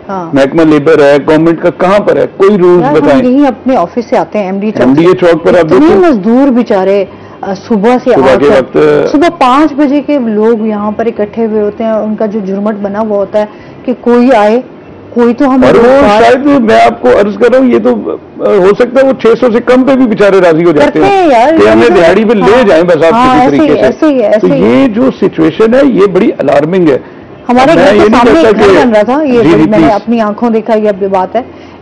वो जो मिस्त्री काम कर रहा था उसने अपने बच्चों को, अपनी बेटियों को, अपनी बीवी को साथ में शामिल किया हुआ था कि बजाय कि मैं किसी और को वो करूं, क्योंकि मेरे घर का सिस्टम नहीं चल सकता, सो दैट्स व्हाई मैंने अपने घर वालों को साथ में शामिल कर लिया। अब ये देखें ये हालात हैं कि लोगों के, यकीन करें मैं खुद परेशान हो गई कि छोटे छोटे बच्चे हैं और वाइफ है तो वो काम करने पे मजबूर हैं। जाहिर सी बात है। आप इनके घरों में जाएं, मैं आपसे अर्ज कर रहा हूं कि वो देखें आपके ये लोग, अब क्योंकि हमसे थोड़ा बहुत मिलते हैं, हम मीडिया के हैं, तो हमें आके बताते हैं लोग। बिजली का बिल एक मजदूर उठा के लाया अभी पिछले दिनों, उसका बिजली का एक पंखा वो करता है, वो भी हम बारी बारी चला रहे हैं कि जो अंदर होगा वो चलाए, नहीं तो जो बाहर है बंद कर दें। उसके बावजूद उसका 2500 का बिल आया हुआ था और वो इतना परेशान था कि यार मैं ये 2,500 भी कहां से भरूं। उसके लिए वो कहता है कि मेरा तो कभी भी बिल 500-600 से ज्यादा आता ही नहीं है, अब मैं 2,500 का कहां से भरूं। उसको को वक्त आप अंदाजा लगाएं कि क्या वो जो पार्लियामान में बैठे हुए हमारे ऐवान बाला में जो मुख्तदिर लोग हैं, क्या उनको वैसे सच्ची बताएं, उन्हें दाल का रेट पता होगा आपके ख्याल में कि क्या पर केजी दाल बिक रही है? मैं तो ये सवाल उठाती हूँ, जो ओहदों पे बैठे हुए हैं, जिनको बिठाया हुआ है कि आके आप इस पे बात करें, आया वो तो उस ओहदे के साथ या उस इदारे के साथ तो मुंसलिक ही नहीं है, वो उनको पता ही नहीं है कि हालात पर लीटर पेट्रोल कैसे डलवा रहा है एक बंदा, उसका रेट क्या है। चले उनसे ये पूछ लें, उनको ये पता होगा कि आज बढ़ गया इतना, उनको ये नहीं पता होगा ये क्या, उन्होंने कभी पेट्रोल अपने पल्ले से डलवाया ही नहीं है। सही बात है। उनको तो अपने गाड़ी में गाड़ी फुल हो जाती है उनकी। तो जब इस तरह के हालात होंगे तो वो कभी भी मासिस की सतह पर आके वो फैसले दुरुस्त नहीं हो सकते। मेरा कहने का मकसद सिर्फ इतना सा है कि क्या हमने जो अपने नुमाइंदे बनाए हैं, जो हमने 8 फरवरी को इलेक्शन में हमने जो वोट डाला जाके, क्या हम खुद से इंसाफ कर रहे हैं? क्या हमने उन्हीं नुमाइंदों को वोट दिए जो हम में से थे? ये सवाल 5 साल के बाद अवाम को भी अपने आप से खुद पूछना चाहिए कि जब ये आपके दरवाजों पर आते हैं, मसलन आप ये देखें कि अभी पिछले इलेक्शन गुजरे हैं, कैसी रौनक थी, हर जगह ऑफिस खुले हुए थे। मेरा कहना यह है कि उस हल्के के कम से कम यूसी के अवाम जाके कहेंगे यार ये दफ्तर बंद क्यों हुआ है। सर ये भी बड़ा वैसे इस हवाले से अवाम एहतजाज जिस तरह एक प्लेटफॉर्म पर बैठे कोई है ही नहीं। इसमें मजीद बात करते हैं, नाज़रीन अभी जाना ब्रेक पे हमारे साथ रहिएगा।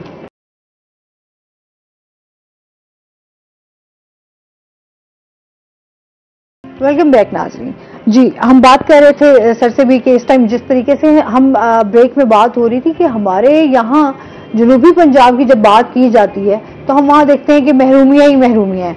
सेहत के बहुत मसाइल हैं, एजुकेशन के बहुत मसाइल हैं, बजट की बात करते हैं तो कितना बजट अब हमारे सामने आया कि हमारे यहाँ पे डेवलपमेंट के हवाले से क्या इतना कोई खास किया जा रहा है। सूबे की डिमांड हमने रखी कि हाँ जी हमें अलहदा सूबा दिया जाए, ताकि बरसों से हम इस पर बात भी करते आ रहे हैं, शायद इसी नाम पे वोट भी देते आ रहे हैं, लेकिन हमें उसके बदले में हमने कुछ भी नहीं देखा कि हमें उसमें कुछ फायदा हुआ हो। इस वक्त जो तमाम नेशनल जमातें हैं सब ने हमें लॉलीपॉप दिया है सूबे का, चाहे नाम कुछ भी हो। हमारी डिमांड सराकिस्तान है, वो कहते हैं जनूबी पंजाब, इस कुछ भी रख दे, इसका नाम सूबा तो दे दें। वो वही सेक्रेटेरिएट खत्म कर रहे हैं जो चंद दिन पहले, 1 साल पहले इन्होंने दिया था, 2 साल पहले, वो उसको खत्म कर रहे हैं। जो छोटे मोटे इख्तियारात थे उनके इतने वसी इख्तियारात भी नहीं दिए उन्हें एडिशनल सेक्रेटरियों को, लेकिन उसको वो खत्म कर रहे हैं ताकि वो दोबारा मरकज में चले जाए लाहौर में। हर मसला जाए, राजनपुर जो उठे बंदा सादकाबाद से वो जाए लाहौर में। और इसलिए बाकी वसाइल तो वैसे ही वो हड़प किए जा रहे हैं, और जितना पैसा लाहौर पर खर्च हो रहा है मुल्तान पर तो नहीं खर्च होगा। यही हमारी जो वीडियो बसें हैं वहां नई आती हैं, वो पुरानी हम इधर देते हैं, नई वहां रख देते हैं। वीडियो बस का तो कोई हाल ना पूछे ना, अल्लाह माफी दे। अक्सर में वहां एसी बंद होता है, पसीने से शराबूर है, कोई खिड़की नहीं है, कुछ नहीं है। हमारे वसाइल ज्यादा हैं, लेकिन हमारे वसाइल को इस्तेमाल कोई और कर रहा है। हमारे वसाइल पर कोई तवज्जो नहीं दी जा रही। ये अभी आप जिक्र किया था कि वहां Pakistan oppressed nation movement, Pakistan oppressed movement 4 कौमों का इत्तेहाद है। पाकिस्तान में 4 कौमें रिकॉग्नाइज्ड है पाकिस्तान के आइन में, पंजाबी, पश्तून, बलोच और सिंधी। लेकिन इन में हम सराइकी 5वीं कौम की हैसियत से है, 3 कौमों ने हमें रिकॉग्नाइज कर लिया पाकिस्तान ओप्रेस्ड नेशन में, बलोच, सिंधी और पश्तून ने, कि हम आपको रिकॉग्नाइज करते हैं, आपका सूबा होना चाहिए, हम आपकी कौमियत को भी रिकॉग्नाइज करते हैं। ये 1 अक्टूबर और 2 अक्टूबर को एक इजलास हुआ था इस्लामाबाद में, तो वहां उसमें ये तमाम लोग इकट्ठे थे जिनमें बड़े बड़े नाम थे, जनाब वली खान, जनाब अताउल्ला मेंगल साहब, जनाब डॉक्टर अब्दुल्ला बलोच, GM सैयद का बेटा इमदाद शाह साहब और जनाब डॉक्टर कादर मगसी और बहुत से लोग जो नाम अफसर साहब कटा, अफजल खान साहब एक होते थे, वजीर भी रहे, बाद में वो भी हमारे चेयरमैन भी बने थे, महमूद खान अचकजई, ये सब लोग इकट्ठे थे। और सराइकी इलाके से भी हम 7-8 जमातें थी जिनमें हम इस पर तवज्जो दी, और उन्होंने और अब भी वो कायम है इत्तेहाद, लेकिन वो कायम ना रख सका कि सराइकी इलाके के जो रिप्रेजेंटेटिव थे वो मुतवस्सित तबके के लोग थे, सफेद पोश तबका से। वो क्योंकि सियासत जहाँ है कि इंतहाई मतलब पैसे का खर्चा है, दौलत का है, दौलत के हिसाब से सब चलती है। अब ये 4 जमातें जो ऊपर हैं, जमीयत उलमा इस्लाम समेत, पीपल्स पार्टी, PTI, PMLN, काफ लीग, ये सारे मानते हैं कि सूबा होना चाहिए, लेकिन देने को कोई तैयार नहीं। सूबा हो जाएगा तो यहाँ के वसाइल यहाँ लगेंगे, NFC अवार्ड से हमें पैसे मिलेंगे, यहाँ कुछ यूनिवर्सिटियां बनेंगी, यहाँ कुछ मेडिकल कॉलेजेस बनेंगे, यहाँ कुछ टेक्निकल अदारे बनेंगे, कोई IT यूनिवर्सिटी बनेगी, ताकि लोगों को टेक्निकल बना जाएगा। और इसके ऊपर तो खैर अच्छा, हम सबसे ज्यादा लोग यहाँ पर अच्छा कॉल ले लेते हैं। अस्सलाम वालेकुम। वालेकुम सलाम जी, कौन बात कर रहे हैं? मैडम, मैं बाबा सफरा मुल्तान से बात कर रहा हूँ। जी जी, ये हमारे मोहतरम भाई कौमी मसले पे बात कर रहे हैं, पश्तूनों का, पंजाबियों का और बलोचियों का और सिंधियों का मसला है। तो क्या ये सराइकी सूबा बनाने से ये लोगों के जो मसाइल है सुलगते हुए, बिजली का बिल है, जो महंगाई है, जो बेरोजगारी है, इसका कोई हल निकलेगा या वही एक सूबा बनाने के इंतजामी मामला भी चेंज होते हैं? जिस तरह पश्तून ये शुमाल मगरबी सरहदी सूबे को पश्तूनखा कह दिया, अब क्या वहाँ लोगों के मसाइल हल हो गए हैं? तो इस पर जरा हमें ब्रीफ करे भाईजान, क्योंकि कौमी मसला जुबानों का नहीं है, मेरा ख्याल ये एक तबके का मसला है, जो गरीब और मेहनतकश लोगों का मसला है। इस पर जरा बात रखें। ठीक है जी, बहुत शुक्रिया कॉल करने का। बहुत अच्छी बात। ये गरीब मेहनतकश लोगों का मसला है, लेकिन गरीब मेहनतकश के लिए वसाइल पर दस्तरस भी चाहिए। आज सराइकी लोगों की कोई दस्तरस नहीं है, पंजाब की दस्तरस है। पंजाब की ब्यूरोक्रेसी में सबसे ज्यादा नुमाइंदगी पंजाब की है, ऊपर पंजाबी बोलने वालों की है, सराइकी बोलने वालों की नहीं है। अगर वो चंद लोग हैं वो भी दबे हुए हैं, वो बस वो कुछ नहीं कर सकते जो कुछ वो कर सकते हैं। उनकी सारी एक चेन है, वही दबाए हुए हैं हमें। और इतने बड़े सूबे को कैसे 22 सबसे बड़ा सूबा है जो पाकिस्तान पर डोमिनेट कर रहा है, तमाम सूबों को गिला है कि ये सूबा कट होना चाहिए और सराइकी सूबा बनना चाहिए, ताकि लोगों को उनके मसाइल के हवाले से ऊपर की हुकूमत जो है वो सबका हिस्सा हो। ये बड़े एहतराम से मैं थोड़ा सा इनसे इख्तलाफ करूंगा। बिल्कुल ये बातें ठीक कर रहे हैं, वसाइल यहाँ के यहाँ इस्तेमाल होने चाहिए, लेकिन देखें जिनकी इन्होंने मिसाल दी है ना, वो सारे अपने अपने इलाकाओं के इलाकाई जमातें हैं, कौमी जमातें वो नहीं है। वो वहाँ के यूं समझे नेशनलिस्ट हैं। यहाँ पंजाब की ऐसी कोई जमात नहीं है जिसको आप ये कह सकें वो सिर्फ पंजाबियों को रिप्रेजेंट करती है, इसलिए वो उनको पूनम को कैसे वो ऐलान करती। नंबर 1। नंबर 2 बात ये है कि मुल्तान जो है ना मल्टा नेशनल किस्म का सिटी है। आप इसको बिल्कुल ये कंसीडर ना करें कि ये सिर्फ सराइकियों का है। यहाँ पर पंजाबी बैठा है, यहाँ पर सेटलर पंजाबी बैठा है, यहाँ पर मुहाजिर बैठा है, यहाँ पर उर्दू बोलने वाला बैठा है, यहाँ पर दीगर जबानों के बैठे हैं। और हम सब इस बात पर मुत्तफिक हैं। पहले ये क्लियर करें कि ये भी क्लियर करें कि सिर्फ सराइकी नहीं लड़ रहे, हम भी लड़ रहे हैं। तो हम क्या पंजाबी नहीं लड़ रहे? तो हम इसको बिल्कुल अलग ना करें तहरीक से। पंजाबी जितना भी यहाँ बैठा हुआ है वो वसाइल की तकसीम पर इनके साथ खड़ा हुआ है, इनके साथ नहीं खड़ा हुआ, अपने हक के लिए खड़ा हुआ है। तो ये बात बिल्कुल क्लियर है।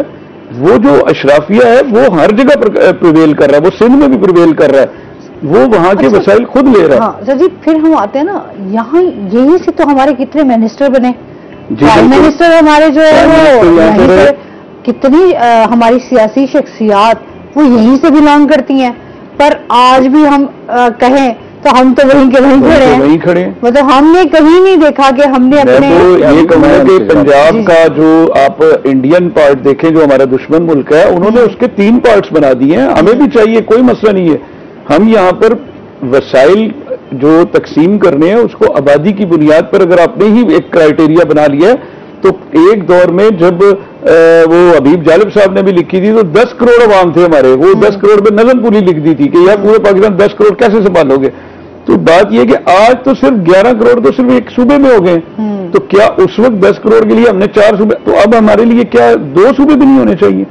हमें सिर्फ बुनियाद बनानी चाहिए। मेरा अर्ज करने का मकसद ये है कि जो तहरीक चल रही है वो बिल्कुल ठीक है, हम उसका साथ देते हैं, लेकिन अगर एक सूबा इंतजामी बुनियादों पर भी बनता है तो पहले बनवा लें, उसमें आप उसकी शनाख्त जो मर्जी बाद में दे दें, हम इससे भी इतराज नहीं करते। सबसे पहले ये कि यहाँ के जो भाई साहब कॉलर थे बाबा सफरा से, उन्होंने भी वही बात की और मैं उनकी इस बात की तारीफ करता हूँ कि क्या यहाँ के अवाम को उन वसाइल से मुस्तफीद होने का मौका मिलेगा या उसी तरह की अशराफिया यहाँ के बैठ जाएगी जो खेती में बैठी हुई है और वो खाई जा रही है, वो उनके हालात तो नहीं बदले ना। तो बात है कि सूबा चाहिए, सूबे के बाद आगे क्या है, आगे का पूरा एक मैकेनिज्म कुछ जब सूबा बनता है ना जी, सूबे में इंतजामी अमूर उस लोकल कम्युनिटी के पास आ जाते हैं। आज हमारे पास नहीं है पंजाब के अमूर, पंजाब के अमूर लाहौर के पास है, ऐसे ही है, और वही लाहौर डोमिनेट कर रहा है। जबकि दाता गंज बादशाह अली हजवेरी रहमतुल्लाह अलैह ने अपने किताब में लिखा है कि मैं यके आज मजाफात मुल्तान छोटे से कस्बे लाहौर में मौजूद हूँ। मुल्तान एक बड़ा शहर था, मुल्तान एक सल्तनत थी और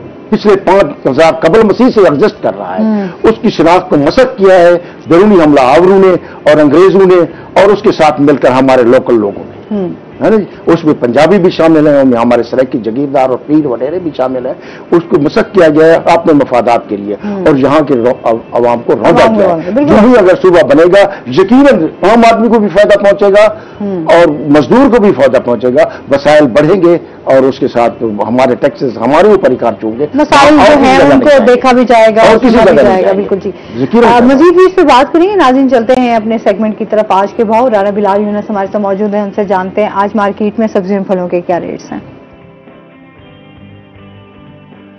जी बिल्कुल, सब्जियों और फलों की कीमतों के आज के भाव के हवाले से बात करें तो सब्जियों और फलों की कीमतों में मुसलसल नाजायज मुनाफाखोरी अरूज पर है। कीमतों में सरकारी रेट लिस्ट और मार्केट रेट में वाज़ह फर्क देखने में आ रहा है। कीमतों की बात करते हैं तो अदरक का सरकारी रेट तो 580 रुपये मुकर्रर है, जबकि मार्केट में 750 रुपये किलो के हिसाब से फरोख्त किया जा रहा है। इसी तरह लहसुन का सरकारी रेट भी जो है वो 266 है, जबकि मार्केट में 450 रुपये फी किलो के हिसाब से फरोख्त किया जा रहा है। और दीगर सब्जियों की बात की जाए जिसमें जो है वो अरबी का सरकारी रेट तो 100 रुपये है, जबकि मार्केट में तकरीबन 170 रुपये फी किलो के हिसाब से फरोख्त की जा रही है। बैंगन का सरकारी रेट 54 रुपये मुकर्रर है, जबकि मार्केट में 100 रुपये फी किलो के हिसाब से दस्तयाब है। शिमला मिर्च का सरकारी रेट भी जो है वो 80 रुपये मुकर्रर कर दिया गया है, जबकि मार्केट में कल भी 160 रुपये फी किलो के हिसाब से फरोख्त थी, आज भी 160 रुपये फी किलो के हिसाब से फरोख्त की जा रही है। सब्ज़निया के सरकारी रेट में 4 रुपये कमी देखने में आई है, 120 रुपये से कम होकर 116 रुपये मुकर्रर कर दिया गया है, जबकि मार्केट में 160 रुपये फी किलो के हिसाब से फरोख्त किया जा रहा है। और दीगर सब्जियों की बात की जाए जिसमें हरी मिर्च, टमाटर और प्याज की हरी मिर्च और प्याज का सरकारी रेट तो 84 रुपये मुकर्रर किया गया है, जबकि मार्केट में 160 रुपये फी किलो के हिसाब से दस्तयाब हैं दोनों ही। जबकि टमाटर का सरकारी रेट में जो है वो तकरीबन 24 रुपये इजाफा देखने में आया है, 96 रुपये से बढ़कर 120 रुपये फी किलो के हिसाब से मुकर्रर कर दिया गया है, जबकि मार्केट में 200 रुपये फी किलो के हिसाब से दस्तयाब है। और दीगर फलों की अगर हम बात करते हैं तो फलों में आम का रेट बात कर ली जाए तो इकसाम के हिसाब से अलग अलग रेट्स पर जो है वो आम मार्केट में दस्तयाब हैं। चौंसा और सिंदड़ी आम का सरकारी रेट 180 रुपये है, जबकि दोनों ही मार्केट में 280 रुपये फी किलो के हिसाब से फरोख्त किए जा रहे हैं। इसी तरह जो अगर हम बात करते हैं दुशहरी आम की तो दुशहरी आम का सरकारी रेट 160 है, जबकि मार्केट में 250 रुपये फी किलो के हिसाब से दस्तयाब है। मालदा सरोली आम का सरकारी रेट कम है, 80 रुपये मुकर्रर है, जबकि मार्केट में 160 रुपये फी किलो के हिसाब से फरोख्त किया जा रहा है। और दीगर फलों की बात की जाए जिसमें जो है वो सेब भी अपनी इकसाम के हिसाब से तकरीबन 280 से लेकर 400 रुपये फी किलो के हिसाब से दस्तयाब है, जबकि मार्केट में और दीगर फलों की बात करते हैं जिसमें पपीते का सरकारी रेट 180 रुपये मुकर्रर किया गया है, जबकि मार्केट में मुसलसल एक हफ्ते से 300 रुपये फी किलो के हिसाब से फरोख्त किया जा रहा है। लोकार्ड का सरकारी रेट 120, जबकि मार्केट में 200 रुपये फी किलो के हिसाब से दस्तयाब है। इसी तरह आलू बुखारी का सरकारी रेट भी कम है, जबकि मार्केट में 400 रुपये फी किलो के हिसाब से फरोख्त किया जा रहा है। खुबानी का सरकारी रेट 150, जबकि मार्केट में 300 रुपये फी किलो के हिसाब से दस्तयाब है। कोई एक ऐसी सब्जी और फल नहीं जो सरकारी रेट लिस्ट के मुताबिक मार्केट में दस्तयाब हो। कीमतें में नाजायज़ मुनाफाखोरी और खुद साख्ता महंगाई की लहर बरकरार रहने की वजह से शहरियों ने आला हुकाम से और ज़िले इंतज़ामिया से यही मुतालबा किया कि लिहाजा सब्जियों और फलों की कीमतों में कमी लाई जाए ताकि हर गरीब आदमी सब्जी और फल खरीद कर सके। जी बहुत शुक्रिया राना बिलाल आपका। अच्छा, वही बात है कि जब हम देखते हैं कि महंगाई का तूफान, जैसे अभी पता ही चलता है ना कि बजट में ये चीज आ गई है, तो उसके बाद सब्जियों फलों के रेट जो है वो बहुत ज्यादा हाई हो जाते हैं। इस पर मजीद बात करेंगे नाज़रीन, अभी हमने जाना ब्रेक पे, हमारे साथ रहिएगा।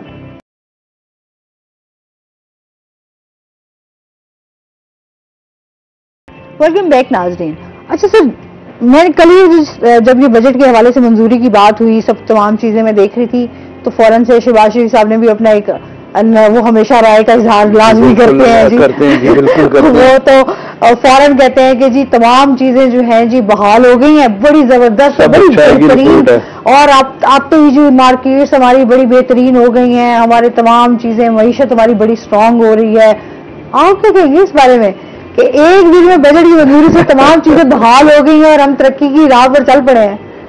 ये ऐसे ही है जी, जब 8 फरवरी से पहले ना कुछ टेलीफोन कॉल्स आती थी हमें, और टेलीफोन कॉल्स में वो कहा जाता था कि अगले 100 दिन में हम आपकी जो है ना तरक्की का एक नया जाविया सेट कर देंगे, एक नया रोड मैप है, आपको बिजली इतने यूनिट फ्री मिलेगी, इतनी यूनिट वो, और आप हमें वोट दें। ये कॉल्स आया करती थी और हमने खुद भी रिसीव की हुई है। लेकिन अफसोस ये था कि वो कॉल्स अब नहीं आ रही। क्या वो कॉल्स अब देंगे? अच्छा, अगर वो कॉल्स नहीं है तो ये ऐसे ही है कि एक बच्चा भूखा है और वो रो रहा है, आप उसको कहो यार वो इतना कुछ मैंने बना दिया, वो वहां पड़ा हुआ है, वो वहां आ जाएगा, वो आ जाएगा, और क्या बच्चा चुप हो जाएगा? सवाल ये कि जो किलबिला रहे हैं, जो बिलबिला रहे हैं, जो चिल्ला रहे हैं अवाम, जो गुर्बत के मारे पिसे हुए हैं, आपका ये एक बयान क्या उनके लिए तशफ़ी का बाइस बनेगा? क्या वो इस बात पर अपने पेट पर पत्थर बांधने के लिए अगर तैयार हो भी जाएं, तो क्या आप लोग भी अपने पेट पर पत्थर बांधने के लिए तैयार हो जाएंगे? अगर ये सब कुछ पहले हुक्मरान करके दिखाएंगे तो फिर तो उनकी इस कॉल का असर है। लेकिन अगर वो ये नहीं करेंगे तो उनके इस पैगाम का, उनके इस बयान का, उनकी इस कॉल का बिल्कुल वैसा ही असर है कि अगर ये इस वक्त दोबारा अवाम के पास आने के लिए मजबूर हो जाए तो यकीन माने अवाम इनको बुरी तरह से मुस्तरद कर देगी। मैं मरियम नवाज साहिबा का जो है असम्बली में वो बात कर रही थी, खिताब कर रही थी, अगर आपको अपनी ही कारकर्दगी जो है वो लिख कर देख कर बतानी है तो क्या फायदा? कोई फायदा नहीं। मतलब आप अपनी 100 दिन की कारकर्दगी बता रही हैं तो आपको खुद को बताना पड़ रहा है कि मैंने क्या किया है, क्या नहीं किया। देखिए, मैं ये अर्ज कर रहा हूँ, बताए ना कि क्या किया है, क्या किया। अवाम के पास आप जाते, आप अवाम से पूछते कि 100 दिन में हमने क्या किया। आप अपने अफसोस की बात यह है, मैं फिर ये अर्ज करूंगा कि यहां पर हम कुर्बानी साहब या इनकी बातों को जब देखते तो हमें अफसोस ये है कि 100 दिन में उन्होंने मुल्तान का तो एक दौरा नहीं किया। सर जी, यही बात हमने मोहसिन नकवी साहब को हमेशा देखें, वो भी बात करते हैं, उनकी जो एफर्ट्स हैं, चाहे वो निगरान रहे, लेकिन उनका जो फोकस था, उनका जो विजन था, एक तो वो बतौर सहाफी तमाम चीजें जानते थे, उनको अवेयरनेस थी कि किस तरीके से कौन सी ऐसी चीज है जहां पर मुझे जो है हिट करूंगा, मुझे पता चल जाएगा कि ये तमाम चीजें मुझे किस तरीके से बेहतरीन। मैं इसमें तो इजाफा ये करूंगा कि आपको इजाफा ये करूंगा 1 मिनट के लिए कि मोहसिन साहब जब वजीर आला निगरान थे तो लगता था कि वजीर आला आया है, और उसका मुल्तान के थे। और फिर खुद आप देखेंगे जो इस वक्त मौजूदा प्राइम मिनिस्टर है, उन्होंने उसका कहा था कि अगर शहबाज स्पीड को किसी ने बीट किया है तो वो मोहसिन स्पीड है, लफ्ज बोला गया। क्या अफसोसनाक अमर नहीं है कि एक मुंतखब वजीर आला क्या उसको ही बीट कर सका अब तक, मोहसिन स्पीड को ही। ये है वो बात जो आप कर रही हैं कि क्या उनके दौरे चले, वो अपनी जगह पे दौरे अपनी जगह। देखिए, दौरे से क्या होता है कि हॉस्पिटल वाला अलर्ट रहता है, वो तमाम महकमे स्कूल वाले अलर्ट रहते हैं। अब जब आपका वजीर आला जब आएगा ही नहीं तो हॉस्पिटल में मनमानी चल रही है। मिनिस्टर 2 का हमने देखा कितना प्रोजेक्ट बहुत अरसे दराज था, उसको बहुत अच्छा फौरी उसके ऊपर जितने उन्होंने, अब वो रात गए पहुंच जाते थे, अचानक पहुंच जाते थे, और तमाम चीजें वो देखते थे कि किस तरीके से काम हो रहा है। अभी जो करंट सिचुएशन है, क्योंकि मैं खुद हॉस्पिटल्स के मेरे डेली के चक्कर लग रहे हैं, मैं देख रही हूँ कि लोगों अब एक भरमार तो है ही है, अब लोगों में वो चीज भी नहीं है कि वो कोई डर और खौफ हो। अच्छा, आपके हॉस्पिटल्स के अंदर जो सेहत के हवाले से सहूलियात मिलनी थी वो बिल्कुल वो नापैद है जी। इस वक्त इमरजेंसी की सूरत हाल ये है कि हम जाते हैं जब, क्योंकि सबसे पहला जो इंटरेक्शन आपका हॉस्पिटल से होता है, जो फर्स्ट ऑफ द हॉस्पिटल है, वो है इमरजेंसी। निश्तर की इमरजेंसी, इसमें कोई शुबा नहीं है। आज से 6 महीने पहले तक स्टेट ऑफ द आर्ट थी। मैं बिल्कुल आपको ये ऑनेस्टली बता रहा हूं कि वहां वाकई बहुत अच्छी सहूलियात थी, और हमारे पास कोई और जगह भी जाए अमान भी नहीं है कि हम कहाँ जाएं। अगर हमारा पेशेंट इमरजेंसी की सूरत-ए-हाल का शिकार है तो वहां अवेलेबल थी बहुत सारी चीजें, जो इमरजेंसी में इंजेक्शंस होते हैं, कुछ जो आपको लाइफ सेविंग होती है ड्रग्स। इस वक्त बदकिस्मती से अगर आपका कोई पेशेंट, अल्लाह ना करे, किसी खतरनाक सूरत-ए-हाल का शिकार होता है, आपके पास लाइफ सेविंग ड्रग्स की कमी है। ऐसी आपके पास अमला तो मौजूद है, चले वो ट्रेंड है नहीं है वो एक अलग सवाल है, लेकिन अमला मौजूद है। अमला क्या करेगा जब उसके पास देने को कुछ नहीं है? वो जब एक चिट पकड़ाएगा और एक बंदा भागता हुआ सड़क पार से जाके लेके आएगा, उतनी देर में पेशेंट के साथ क्या होगा? ओहो अल्लाह, सही होती तो खुद आप देती होती है, इंसान को पता चलता है कि कितना भागम दौड़ आपको चक्कर ही दिला के ना आप बंदे की मत मार देते हैं, इतना भगाते हैं। तो ये तो बड़े सेहत के हवाले से बड़े हमारे इश्यूज हैं जिस पे हुकूमत को सोचने की जरूरत है। अब इस पे मजीद बात करेंगे। नाज़रीन, अभी हमने जाना ब्रेक पे, हमारे साथ रहिएगा। अच्छा, ब्रेक नहीं है, सॉरी, मुझे लगा ब्रेक है, सुनने में हो गया।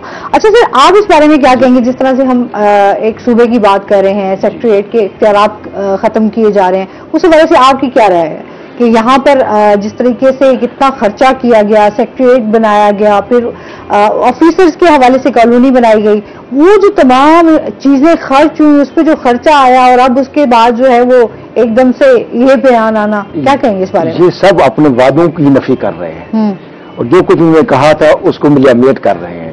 या तो उनको पूरा करने या बढ़ाना चाहिए था उनको, वो बढ़ाने की बजाय उसको ही खत्म कर रहे हैं। ये मायूसी हुई है यहाँ के लोगों को, यहाँ की आवाम को, कि हमारे साथ ज्यादती हो रही है और यकीनन ये ज्यादती है। अगर ये ऐसा करेंगे तो ये हम मुंह दिखाने के काबिल ही नहीं रहेंगे और इनको वोट पहले नहीं मिले तो अब भी नहीं मिलेंगे, फिर तो बिल्कुल सफाया हो जाएगा। अब वो लाहौर पर तवज्जो दे रहे हैं लेकिन लाहौर में भी उनकी पजीराई नहीं हो रही। कोशिश कर रहे हैं, उनकी हाय सियासी लोग हैं, उनको करनी चाहिए, लेकिन यहाँ पर मारूमी में इजाफा कर रहे हैं और इन मारूमी को नफरत में बदल रहे हैं। अगर ऐसा करेंगे तो मजीद नफरत बढ़ेगी और सूबे के लिए लोग ज्यादा मुतहर्रिक हो जाएंगे और इंशाअल्लाह जल्द सूबा का हम हमारी सबकी फिर भी दुआ है, हमारा मुल्क है और जाहिर सी बात है हमें अपने मुल्क से प्यार भी है बहुत ज्यादा, रहना भी हमने यहीं पे ही है, मरना भी यहीं पे ही है। बस ये है कि जितने भी हमारे हुक्मरान हैं उनको इस बात पे सोचने की जरूरत है कि वो कुछ आसानियां तकसीम करें, कुछ रिलीफ दें ताकि अवाम जो है वो इन चीजों से बाहर निकल सके। सर, आपका बहुत शुक्रिया, आप हमारे साथ रहे और इसके साथ ही आपका भी बहुत शुक्रिया। नाज़रीन, आज का शो यहीं पर खत्म हुआ। अपना बहुत सारा ख्याल रखिएगा, दुआ में याद रखिएगा। इंशाल्लाह जिंदगी ने साथ दिया तो सुबह से फिर मुलाकात होगी। अल्लाह हाफ़िज़।